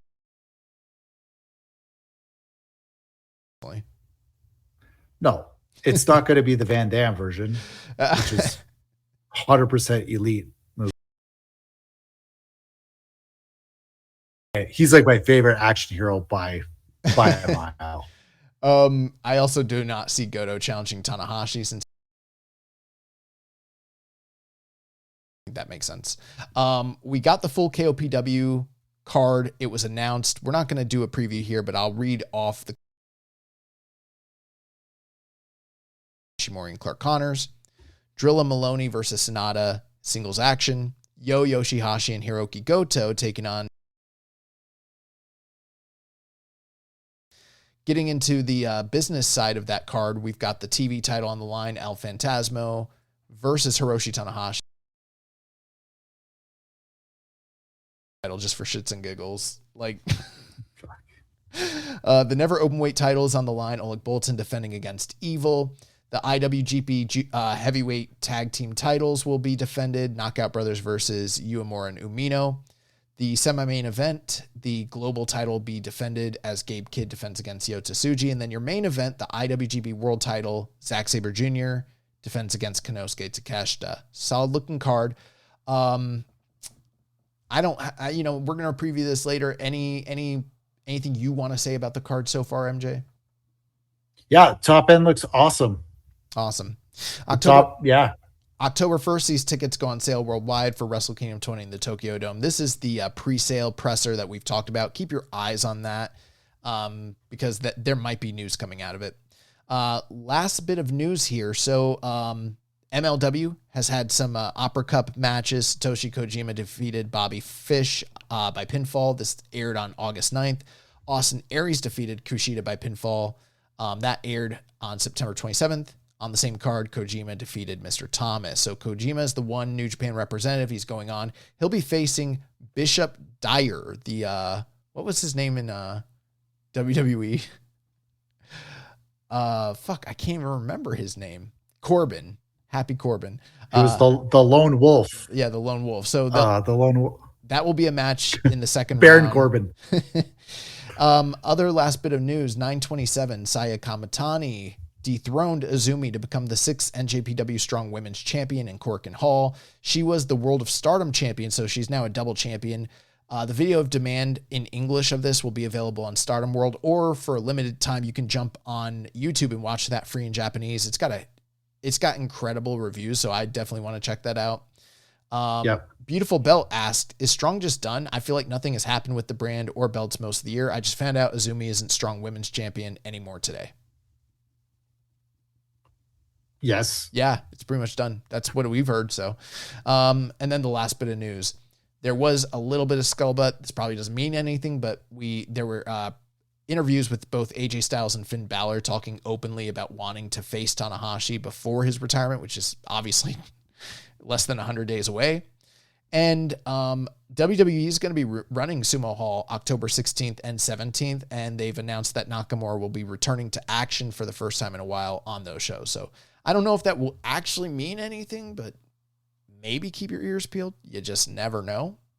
What are your thoughts, MJ? We got 4 questions here. They're off topic. You want to punt them or you want to knock them out real quick? It's up to you, man. It's up to you. You make the call. You're the host. I got the time, and we'll work through them super quick. So Careford13 says, you talk about white boys a lot on the show. Gabe Kidd, David Finlay, ZSJ, ELP, etc. To you, who is your ultimate favorite white boy wrestler? Or better yet, I don't know if you watch OSW on YouTube, but if you're familiar with them, who is your white boy stable? Now, I want to address this question because when I talk about white guy wrestlers, I am only doing that in the context of them being in Japanese professional wrestling companies. So I really don't ever address like the white guys who are in the white companies over in the States. That wouldn't make sense. But with that being said, for me, within the context of Japanese wrestling, I do have some favorite white guy wrestlers, and it's going to be like Stan Hansen, Terry Funk, Kenny Omega, Vader, Dynamite Kid. It's probably the 5 I could think of. And then Volkan. Volkan is a huge one. Any favorite white foreigner wrestlers in Japan? Chase Owens. LP. He's Canadian. Yeah. No, I'm just playing around. It should be all Canadian wrestlers like Jericho. Yeah. Jericho, Christian, Kenny, LP, Lance Storm. Tony Farrakhan, which is a very suspect username, by the way, asked, I skip a lot of entrances, but always stay for Yuto, Ice, and Oscar because of their theme is great. What are some of your favorite New Japan themes over the past several years? Man, I will say, obviously, KOB. Yeah, if you think about Fetty Wap, listen to it, and if you hear Fetty Wap, hit me up and let me know. I think the House of Tortures, like group theme, is a massive banger. Yeah, like super sick. Yeah, I'm really into. I think they used to have an old one that I didn't like, and then they did the new one, and I do like it. I don't really love most of the themes. I'm not even really that big of a theme guy. Honestly, the 2 themes I like the most in New Japan, and they're both gone, was Okada's and Naito's. Yep. And I can't those were great. I also like the GOD themes. Yeah. Guerrilla Tactics. That one's pretty sick too. I mean, most of the themes that I really liked were like Tanahashi's, High Energy, Nakamura's, whatever that one was called. Kenny's music is always really great. I still like Liger's. Liger's was good. Oh, Liger's. And then Tiger Masks. Yeah, I like the throwbacks. Yep. I do think Goto's theme is great though. Yes. Goto's theme is a banger. Conflict Entrepreneur Fraser, and this is a different Fraser, not Fraser Japan. This is Fraser from the Discord. He says, what's your best case scenarios for Wrestle Kingdom at this point? And that one I'm still perplexed on based on the outcomes of this show. And I think we've kind of speculated a bit on what we hope happens. So I don't know if I have a full I will card take best case scenario to say blue sky. I have no restrictions. So it would be like Tanahashi versus Nakamura. We would get Takeshita versus, say, Suji. I'd like to see Gabe versus Finley.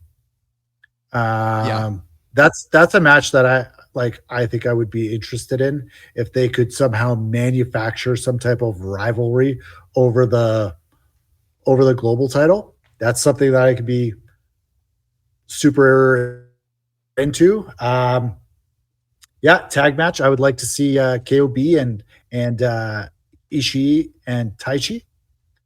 Junior match. I don't know. I'd like to see Robbie Eagles win the junior title because maybe I'm going too deep here, but I think Robbie as like a senior guy who will 100% have the best matches. He will put everything into that. And when the time comes, he will elevate everyone in the division around him because the matches will be like that. I really think Robbie's that kind of a guy.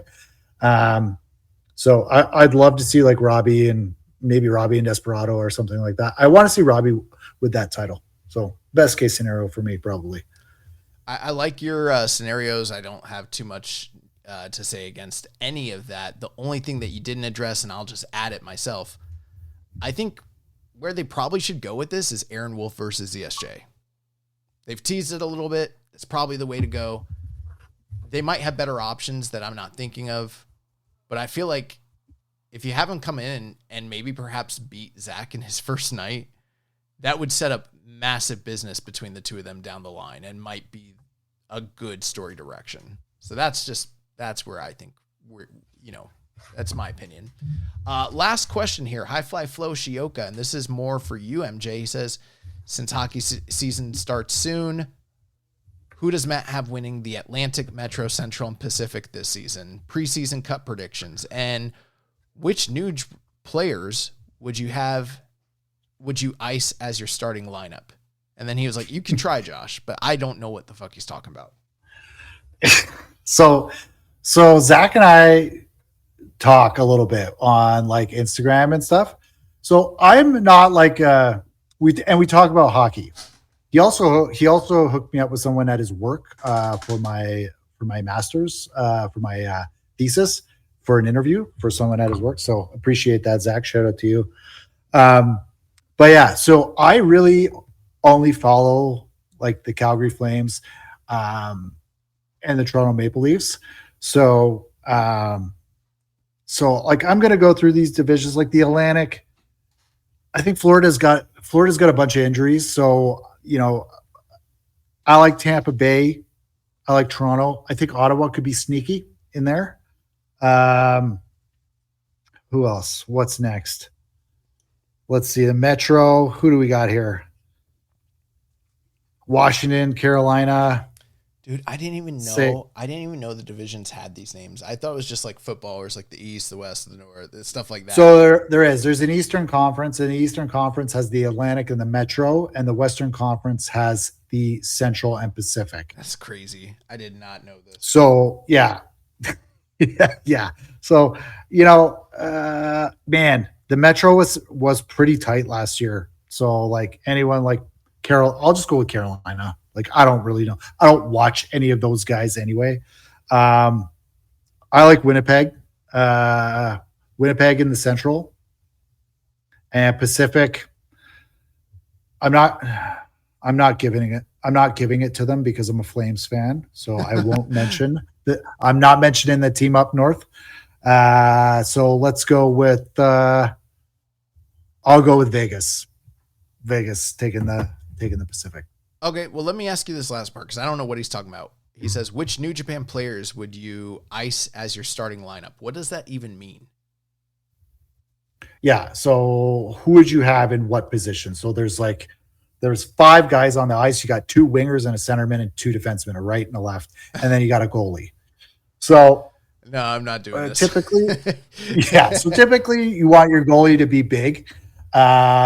Typically, most NHL goalies are like 6 foot plus, and they can cover a lot of ground. So I would say maybe Oleg. Yeah, I was going to say Bolton. Bolton's probably big and he's twitchy and really agile. And yeah, so I'll throw LP because he's Canadian. He could probably skate. Got dangles on him. Defense. It's probably like maybe Shota and Utah Ice. Utah Ice. He would be my enforcer, so the guy who just gets in fights with guys all the time. Yeah. Wingers. Wingers. You want someone with a good shot. Like who would have a good shot? I don't know. Zach maybe. And I'll put Suji on the wing as well. So that's my starting 6. All right. Well, that's the official word. You heard it here from MJ. Thanks so much for coming on the show. We know we kept you a little bit late. We're about 4 minutes past our regular run time. Before we get going, anything you'd like to plug or final thoughts before we jump off here? No, man, it's always a pleasure coming on here. Best New Japan podcast on the internet, man. So I appreciate you guys reaching out to me, and it's a pleasure and an honor. So appreciate it, man. Well, we appreciate you filling in, and anytime you want to come back. So next week I will be back with special guest Luke, aka Destino's Child on Twitter, to discuss his time in Japan. We'll review Road to KOPW Nights 1 and 2 and possibly Historic Crossover if it airs. We'll also preview New Japan Superman, NJPW Superman Taichi Ishimori, Roads 2, Nights 3 and 4, and King of Pro Wrestling. We'll also cover all the latest news. Remember, if you want to watch our show live or listen without ads, sign up at patreon.com/KIStrongstyle. You can also make a donation by visiting socialsuplex.com/donate and clicking on the donate button under the Keeping It Strong Style logo. Make sure to connect with us on social media, on X and Blue Sky. You can follow us at KI Strong Style. At Social Suplex. You can follow Jeremy at Jeremy L. Donovan, or me, which is YB_Joshin Liger.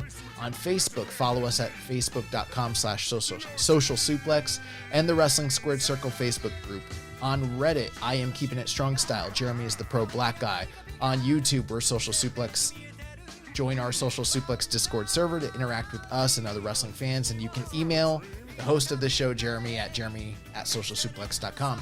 Check out all our other shows on the Social Suplex Podcast Network: One Nation Radio with Rich Latta, James Boyd, All Things Elite with Floyd Johnson Jr. and Austin Sumowitz, Imp's AEW Adventure with The Implications, Matthew Mayer, Wrestling Art with Chris Things, Tunnel Talk with Ali, Ann, and Leah, and the Trish and Sarah Wrestling Podcast. Don't forget to subscribe and leave a rating and review. We'll catch you next week on Keeping It Strong Style, the ace of podcasts. Bomba Clot. Thank you for listening to Keepin' It Strong Style. We'll see you next time.